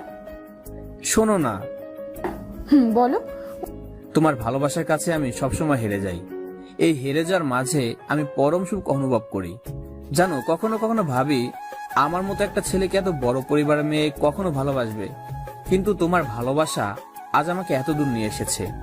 জানো জেরিন, তুমি যখন আমাকে বারবার বলতে তুমি আমাকে ভালোবাসো, তখন আমারও চিৎকার দিয়ে বলতে ইচ্ছে করতো আমিও তোমাকে ভালোবাসি, অনেক ভালোবাসি জেরিন। কিন্তু সাহস হতো না আমার অবস্থানের জন্য। নিজের ভেতরে খুব কষ্ট হলেও তোমাকে বুঝতে দিতাম না। আজ আমার বলতে কোনো বাধা নেই, আমি তোমাকে খুব ভালোবাসি জেরিন। উলে বাবা লে, আমার গুলুমুল্লু বাবুটার আজ খুব খুশি দেখছি। জেন আরো জোরে জড়িয়ে ধরে আমার গালে চুমু দিল। আমি ওর কপালে আলতো করে চুমু খেলাম। শোনো না, কাল আমরা বিয়ে করে নেই, পরে আম্মুকে জানাবো। তাতে তারা যদি খেপে যায় তাহলে সব শেষ হয়ে যাবে জেরিন। যা হবে পরে হবে, আমি তোমাকে হারাতে পারবো না। আচ্ছা, মাথা গরম করো না, যা ভালো হয় হবে, আমি সেটাই করব। তুমি কোনো তাড়াহুড়ো করো না। আচ্ছা, তাহলে আমার একটা শর্ত আছে। কি শর্ত বলো? আমি আবারও এখন হাবুডুবু খাবো। ওরে হারামি দুষ্টু মেয়ে, ভালোবাসার সাগরে আরেকবার সাঁতরে এলাম দুজন। তারপর জেরিনোর রুমে চলে গেল। পরদিন দুপুরে বাসায় এসে দেখি কিছু মেহমান এসেছে। তাদের কথা শুনে সব না বুঝলেও এতটুকু বুঝেছি তারা বিয়ের ব্যাপারে কথা বলছে, আর সেটা জেরিনের বিয়ে নিয়ে। আমার বুকটা কেঁপে উঠলো ওদের কথা শুনে। জেরিনকে বিয়ে করবে, তাহলে আমার কি হবে? সবকিছু এত জলদি শেষ হয়ে যাবে? এত স্বপ্ন, এত ভালোবাসা, তার কোনো মূল্য থাকবে না? না না, এটা কিছুতেই মানতে পারবো না আমি। যে করে হোক এই বিয়ে আটকাতে হবে, না হলে আমার ভালোবাসা হারিয়ে যাবে। কি হয়েছে জাইন তোমার? না, কিছু না, এমনি কিছু হয়নি। জাইন, জাইন। জেনের সামনে থেকে চলে গেলাম। নিজের রুমে গিয়ে দরজা বন্ধ করে দিলাম। এদিকে জেন ওর আম্মুকে ফোন করে সব জানতে চাইলো ওখানে কি হয়েছে। বলল বাসায় এসে সব বলবে। আঙ্কেল ওনাদের কোনো কথা না দিয়ে সৌজন্য সাক্ষাৎ করে বাসায় চলে এলেন। বাসায় এসে বসলো সবাই ড্রয়িং রুমে। জেরিন এসে জিজ্ঞেস করলো, তারপর আঙ্কেল আন্টি সবাই সবকিছু জানালো। চমৎকার বাপি, এমন করে জাইনকে তোমাদের সামনে অপমান করলো আর তোমরা কিছুই বললে না? ওখানে বলিনি, তার মানে এই না যে একেবারে ছেড়ে দিয়েছে। ওই ছেলে যতই বড় বড় সার্টিফিকেট অর্জন করুক না কেন, বিবেকের শিক্ষা মোটেই অর্জন করতে পারেনি। তাতে কি, তোমাদের মান সম্মান তো আগে, তারপর মেয়ের সুখ, তাই না? টাকা আছে না, সুখ তো এমনি আসবে। কি বলো বাপি? না রে মা, তোমার বাপি এখনো মরে যায়নি। বন্ধুর অনুরোধের ছেলে না দেখে পরিস্থিতি সামলাতে বিয়ে দিতে নিজেরা সিদ্ধান্ত নিয়েছিলাম, কিন্তু ছেলের ব্যবহার শিক্ষা কোনোটাই পছন্দ হয়নি। তোমাকে আমাদের পছন্দের ছেলের সাথে বিয়ে দিব। আর হ্যাঁ, এসব নিয়ে ভাবতে হবে না। জেন কোথায়, ওকে ডেকে নিয়ে আসো, ও অনেক কষ্ট পেয়েছে। ওকে কেন ডাকবে? সরি বলবে? কোনো দরকার নেই। ওকে যেমন সবার সামনে অপমান করেছে, যদি পারো তবে জাইনকে দিয়েই সবার সামনে ওদেরকে উচিত জবাবটুকু দেওয়ার ব্যবস্থা করো, তাতে জাইন আমি দুজনেই খুশি হব। জেরিন চলে গেল। আঙ্কেল আন্টি আর বাকিরা নিজেদের মাঝে আলোচনা করে সিদ্ধান্ত নিল বন্ধু ছেলের সাথে বিয়ে হবে না জেরিনের, কিন্তু কার সাথে হবে সেটা নিয়ে কিছু বলেনি। এবার তোমাদের জানানো দরকার মূলত সেদিন জেরিন আর আমার কি কথা হয়েছিল। সেদিন জেরিনকে যখন প্রশ্ন করেছিলাম কেন সে বাবা মায়ের কথা মতো বিয়ে করবে, তখন পরে বলেছিল, জাইন বাপির যেহেতু বাধ্য হয়ে এমন সিদ্ধান্ত নিতে হয়েছে, আমি এখন তোমার কথা বললে কোনোভাবেই আমাকে বিয়ে দেবে না তোমার সাথে। যদি বিয়ে করতেই হয় তবে বিয়ের দিন পালিয়ে যাব, আর না হলে তো কোনো সমস্যাই হবে না। ততদিনে তুমি কাউকে কিছু বুঝতে দিও না। একটা কথা মনে রেখো, জেরিন শুধু জাইনের হয়েই থাকবে। তো সেই কথা মতো কাউকে বুঝতে দেয়নি আমার ভিতরে কি চলছে, কিন্তু জেরিনকে হারানোর ভয়টা খুব বেশি হচ্ছিল, যার দরুন বুক ফেটে কান্না আসছিল। জেরিন আমার রুমের সামনে এসে দরজা টোকা দিল। জাইন, দরজা খুলো। আমি দরজা খুলে দিলাম, চোখে এখনো পানি। জেরিন আমার চোখ থেকে পানি মুছে দিয়ে বলল, আর কষ্ট পেতে হবে না। আমার কোনো কষ্টের অনুভূতি নেই, আমি ভালো আছি। সে আমি জানি, বুঝি কতটা ভালো আছো। কিছু বলবে এখন? আজ খুব করে বুঝতে পেরেছি, আল্লাহ যা করে তা ভালোর জন্যই করে। দেখো, আজ যদি তুমি ওখানে না যেতে, ওরা তোমার সাথে খারাপ ব্যবহার না করতো, তাহলে এই বিয়েটা ভাঙা খুব কষ্ট হয়ে যেত। আর পরে আমরা পালিয়ে বিয়ে করলে তাতে বাপি আম্মুও খুব কষ্ট পেত। আজ এই কষ্টটুকু পেয়েছো বলেই সবাই সত্যিটা জানতে পেরেছে, আর তুমিও আমাকে হারাবার চিন্তা থেকে মুক্ত হয়েছো। প্লিজ জাইন, আর মন খারাপ করো না। এই কদিন আমিও নিচের সাথে অনেক লড়েছি, ক্লান্ত হয়ে গেছে আমার মনটা। কাল নতুন বছর শুরু হবে, আজ রাতে আমরা সবাই পুরনো এই বছরটাকে আনন্দের সাথে বিদায় দিই। সব দুঃখ, কষ্ট, আর্তনাদ, রাগ, অভিমান সব কিছু ভুলে গিয়ে নতুন করে নতুন বছরটা শুরু করি। যা পাইনি, যা হারিয়েছি সব নিয়ে মন খারাপ না করে নতুন করে স্বপ্ন সাজাই। বলো, রাখবে না আমার কথা, তোমার জেরিনের কথা? জেনকে খুব ভালোবাসি, তাই ওর ভালোবাসায় মাখানো কথা কি করে ফেলে দেব। খুব আপন করে জড়িয়ে নিলাম আমার বুকে। দুজনের চোখে ভালোবাসার অশ্রু ঝরছিল। ভালোবাসার মানুষকে পাবার জন্য কতটা পরিশ্রম, কষ্ট, কাঠখড় পোহাতে হয় তা শুধু সেই প্রেমিকগুলো জানে। জেনকে বললাম, আমি কখনোই আমার জন্য কিছু চাই না। যদি সম্ভব হয় তাহলে কিছু টাকা নাও তোমার বাপের থেকে, তারপর চলো আমরা কিছু পথ শিশুদের খাবার কিনে দিই, আর পারলে কিছু শীতার্ত মানুষের জন্য শীতের জামা কিনে দেই। আমাদের সমাজে যারা বিত্তবান শ্রেণীর মানুষ, তারা একটু চেষ্টা বা সদিচ্ছা প্রকাশ করলেই আমার মনে হয় আমাদের দেশের অসহায় দুস্থ মানুষের সংখ্যা একেবারে কমে যেত। প্রতি বছর সবাই যদি গড়ে 5টা পরিবারকে তাদের মুনাফা থেকে কিছু পরিমাণ টাকা সাহায্য করত, তবে এত মানুষ ঘর ছাড়া বাইরে কষ্ট করে রাত কাটাতো না। এছাড়াও আমাদের নিজেদেরও প্রতিদিন কত টাকা এদিক সেদিক বা বেহুদা কাজে খরচ করছি। তার থেকে কিছু টাকা দিয়ে যদি কোনো ক্ষুধার্ত পথ শিশুদের খাবার কিনে দেই, তবে তারা অনাহারে থাকতো না। শুধু নিজেদের একটু সচেতনতা আর তাদেরকে ভালোবাসার আগ্রহ মন থেকে এলেই সমাজটা আরো সুন্দর হতো। জেন আমার কথা শুনে খুব খুশি হলো। তারপর ওর বাবাকে গিয়ে বলল, বাপি, আমার একটা কথা ছিল। বলো মামনি। আচ্ছা, যা হয়েছে আল্লাহর কাছে শুকরিয়া আদায় করো, তাতে তোমাদের আর তোমাদের মেয়ের জীবন বেঁচে গেছে। এই জন্য আর কাল নতুন বছর শুরু হবে, সেই উপলক্ষে আমি আর জাইন কিছু পথ শিশু আর অসহায় মানুষদের সাহায্য করতে চাই। আলহামদুলিল্লাহ, এটা তো খুব ভালো কথা। তো এবার কিছু টাকা দাও জলদি। কত টাকা লাগবে? তোমার বিবেক যা বলে তাই দাও। জেরিনের বাবা তার রুম থেকে 1000 টাকা দুটো বান্ডিল ধরিয়ে দিয়ে বলল, এখানে যা আছে তার সবটুকুই খরচ করে এসো, প্রয়োজন হলে বলো, আমি অ্যাকাউন্টে দিয়ে দেবো। আচ্ছা বাপি, আমি জাইন আর ফাতেমা যাচ্ছি, রাতে কথা বলবো। অতঃপর 3 জন বের হয়ে আগে শপিং করলাম নির্দিষ্ট মানুষের হিসাব করে। তারপর সেগুলো গিয়ে গাড়িতে তুলে বিভিন্ন জায়গায় ঘুরে ঘুরে বিলিয়ে দিলাম। সবাই খুশি হয়ে মাথায় হাত রেখে জেরিনকে দোয়া করলো। আমি মনে মনে খুব খুশি হলাম। এক সময় আমিও কারো এমন সাহায্যের জন্য অপেক্ষা করতাম। তখন যদি জেরিনের সাথে পরিচয় হতো, তবে মায়ের চিকিৎসার জন্য খরচটা হয়তো ব্যবস্থা করতে পারতাম। তাহলে কাল নতুন বছরে মায়ের হাতে রান্না খেতে পারতাম। আনমনে ভাবছিলাম কথাগুলো, তখনই চোখটা ঝাপসা হয়ে গেছে। অসহায় মানুষের সাহায্য করে যতটা খুশি লাগে তা 1000 টাকা রেস্টুরেন্টে গিয়ে খেলেও তত খুশি আর তৃপ্তি লাগে না। ভালো লাগছে এটা ভেবে যে আজ আমাদের জন্য কয়েকটি মানুষ শান্তির নিঃশ্বাস ফেলবে, হোক সেটা যতটুকু বা অল্প। ঘুরতে ঘুরতে বেশ রাত হয়ে গেছে। 10টার দিকে বাসায় ফিরে এলাম। ততক্ষণে ফাতেমা ঘুমিয়ে গেছে। ওকে বাইরে থেকে খাইয়ে দিয়েছে জেরিন। বাসায় গিয়ে ফাতেমাকে জেরিনের বিছানায় রেখে আমি আঙ্কেল আন্টিকে বলে রুমে চলে আসব। তখন জেরিন কেমন একটা দুষ্ট হাসি আর চোখ মেরে কি জানি ইশারা দিল। আমি না বোঝার ভান করে রুমে চলে এলাম। আঙ্কেল আর আন্টি নিজেদের রুমে গিয়ে বলল, তুমি কালই ওদেরকে সব বলে ঝামেলা শেষ করে দাও। বিয়ে জেনের সাথেই হবে। এমন ছেলে হাতছাড়া করতে পারবো না, যে নিজের জন্য না ভেবে অন্যের জন্য ভাবে। তার মনটা কত বড় তা দেখেছো। আমিও ভাবছি।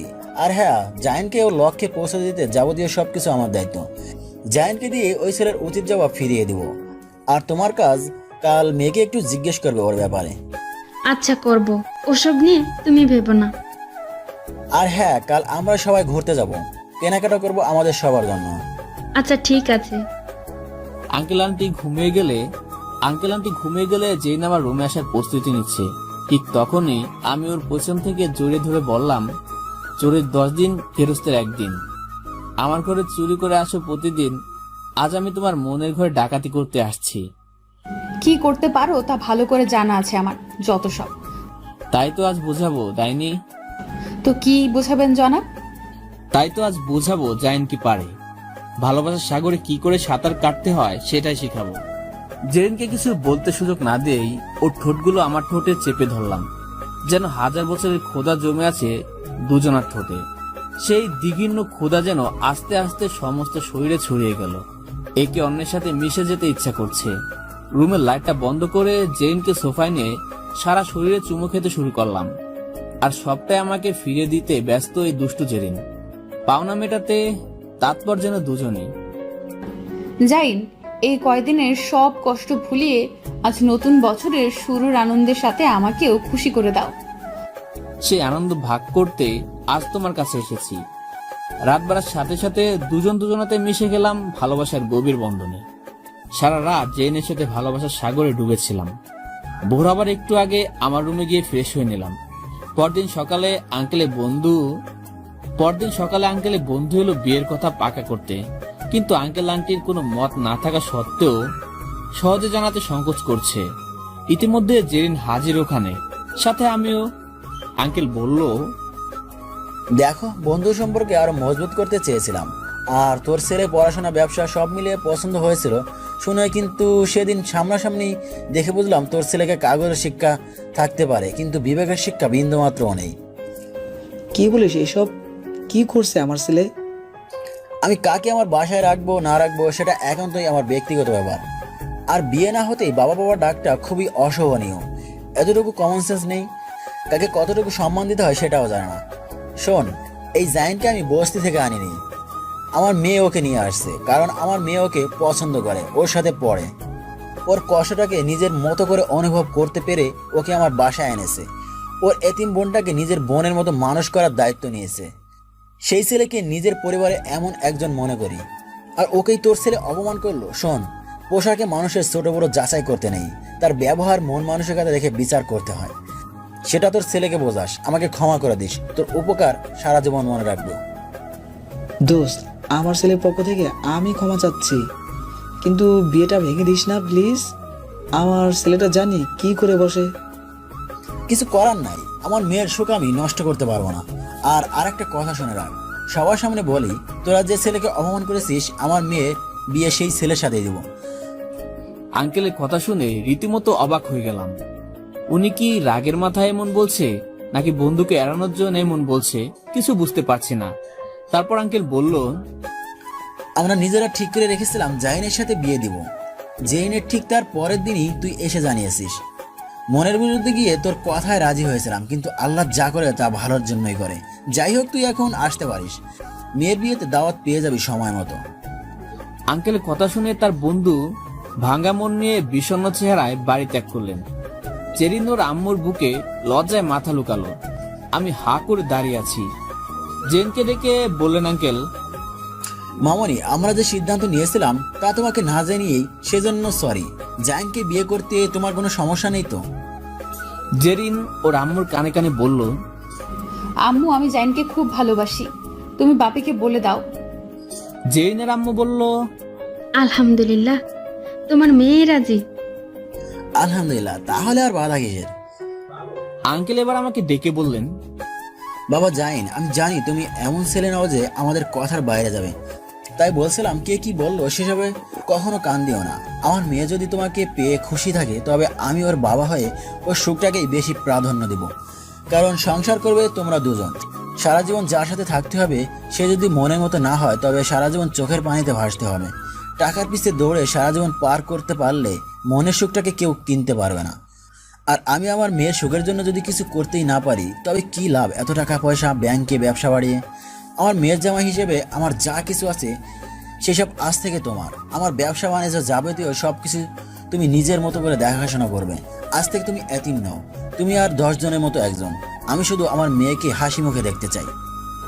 আঙ্কেল আমার কিছু কথা আছে। হ্যাঁ বলো। আপনার টাকা পয়সা জমি জমা ব্যবসা এসবের কোনো কিছু আমার দরকার নেই। আমি শুধু জেরিনকে চাই, ওকে নিয়ে সারা জীবন একসাথে থাকতে চাই, যেখানে শুধু ভালোবাসা থাকবে। আমাদের পড়াশোনা শেষ হলে আপনার অফিসে ছোট একটা চাকরি দিলেও আমার কোনো আফসোস থাকবে না। আমি নিজ থেকে কিছু করতে চাই। আপনার কষ্টের টাকা আমি সহজেই খরচ করতে চাই না। কখনো খুব দরকার হলে তখন সাপোর্ট দিন। কেউ যাতে বলতে না পারে আপনি আপনার জামাইকে কিছু না দিলে আমি কখনোই উঠতে পারতাম না। তাই আমি এবং আপনি কেউ যাতে সমাজে কারো কাছে ছোট না হই। আমাকে শুধু কিছু বছর সময় দিন।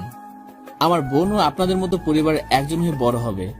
ওর জন্য ভাই হিসেবে কিছু করা দরকার। আমি সারা জীবন আপনাদের কাছে চিরকৃতজ্ঞ থাকবো। আমি জানি বাবা তুমি এমনটাই বলবে, আর এজন্যই আমরা সিদ্ধান্ত নিয়েছিলাম তুমি একমাত্র পারফেক্ট আমার মেয়ের জন্য। কিন্তু যত জলদি সম্ভব তোমাদের বিয়েটা করিয়ে দেব, তাতে অনেক সমস্যা থেকে নিস্তার পাবো। আমি আর কোনো ঝামেলা চাই না। আপনি যেটা ভালো মনে করেন আঙ্কেল। জেনুর আম্মুর আঁচলের নিচ থেকে আমার দিকে তাকিয়ে চোখ মেরে আবার মুখ লুকালো। তারপর আমি ওখান থেকে চলে গেলাম। জেনুর আম্মুকে বলল, তোমরা আমাকে একবার বললেও না। সারপ্রাইজ দিব ভাবছিলাম, কিন্তু আবার চিন্তাও হচ্ছিল তুমি আবার ওকে পছন্দ করো কিনা। আম্মু একটা ছেলেকে ওর নিজ জায়গা থেকে আমার বাসায় এনে সকল সুযোগ সুবিধার মধ্যে রেখেছি, কেন এটাও কি বুঝলে না? কাউকে ভালো না বাসলে কেউ কারোর জন্য এত সব করে। এজন্য তো আমি তোমার বাপিকে বলেছিলাম জেনের সাথে বিয়ে দিতে। না হলে তোমার বাপের যে বুদ্ধি, তাতে আর তোমার বিয়ে ওর সাথে হতো না। কিন্তু তোমরা যখন ওই ছেলের সাথে আমার বিয়ে ঠিক করেছো, এটা শুনে ভেবেছিলাম বিয়ের দিন জাইনের সাথে পালিয়ে যাব, তবু ওকে বিয়ে করব না। আসলে মামনি, প্রতিটা বাবারই উচিত বিয়ের সময় তার মেয়ের মতামতকে প্রাধান্য দেওয়া। না হলে মেয়ের জন্য সুখ কিনতে গিয়ে টাকার মোড়ানো কষ্টকে কিনতে হয়। কিন্তু কিছু সময় পরিস্থিতি অনুকূল থাকে না, সেটাও মানি। আবার হুট করে কাউকে ধরে এনে বললেও তার সাথে বিয়ে দেওয়া যায় না। এজন্য সবার উচিত অন্তত একটা ভালো মনের ছেলেকে পছন্দ করা। তার টাকা পয়সা না থাকুক, কিন্তু একটা দামি মন থাকবে। ঠিক বলেছো বাপি, আমি জাইনকে এই জন্যই পছন্দ করি। ওর মনটা খুব দামি, আর যেখানে শুধু ও আমার জন্যই, ও আমাকেই শুধু ভালোবাসে। 2 দিন পর তোমাদের বিয়ে। এখন অনুষ্ঠান করব না, পরীক্ষা শেষ হলে তারপর করব। লাভ ইউ বাপি। আমার পাগলি মেয়েটা। জেরিন নাচতে নাচতে ওর রুমে গিয়ে খুশিতে নাচতে শুরু করলো। আসলে যখন কেউ কাউকে ভালোবাসে আর তার পরিবারও তাকে মেনে নেয়, বিশ্বাস করো তখন ওই খুশির অনুভূতিটা কাউকে বলে বা লিখে বোঝানো যায় না। পৃথিবীর সবচেয়ে সুখী মানুষ তখন তারা। ঠিক জেনও সে খুশিতে নাচছে।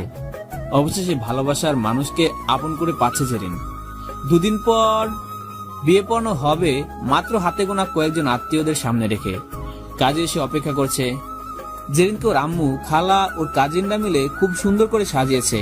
কিন্তু জেরিন তো এমনিতেই পরীর মতো সুন্দরী, এর চেয়ে বেশি কিছু প্রয়োজন ছিল না।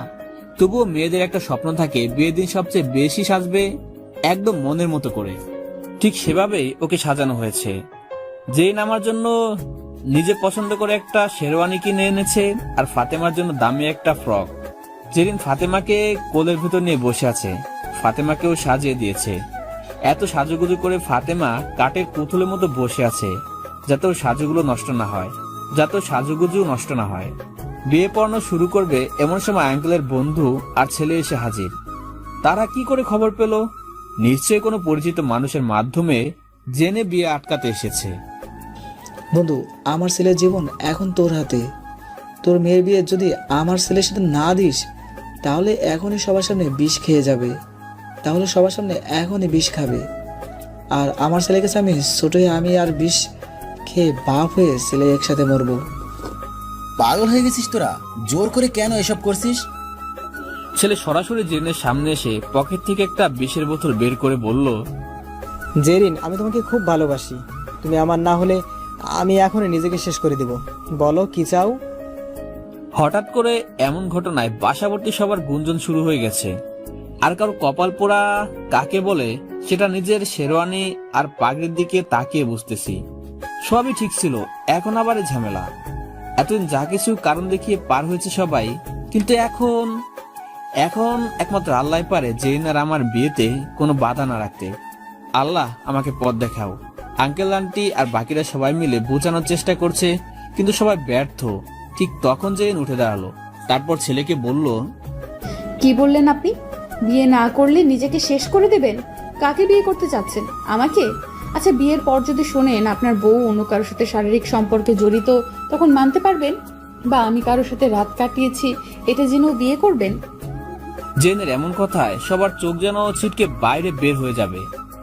জেরিন যে এমন কিছু বলতে পারে তা সবার কাছে অবাক করার মতোই। ছেলে আর ছেলের বাবা হা করে তাকিয়ে আছে। ছেলে বলল, কি বলছো এসব? তুমি তো এমন মেয়ে নও যে এসব করবে। আমি তোমাকে কখনো অমর্যাদা করব না জেরিন। খুব ভালোবাসবো, কোনো কিছুর অভাব রাখবো না। আমি ওসব শুনতে চাই না। যেটা জিজ্ঞেস করলাম তার উত্তর দেন। না, আমি কখনো সেটা মানতে পারবো না। তুমি শুধু আমার হয়ে থাকবে জেরিন। যে ছেলেকে আমি ভালোবাসি সে আমারই বাসায় থাকে, তো তার সাথে কি কি হতে পারে এটুকু বোঝেন না?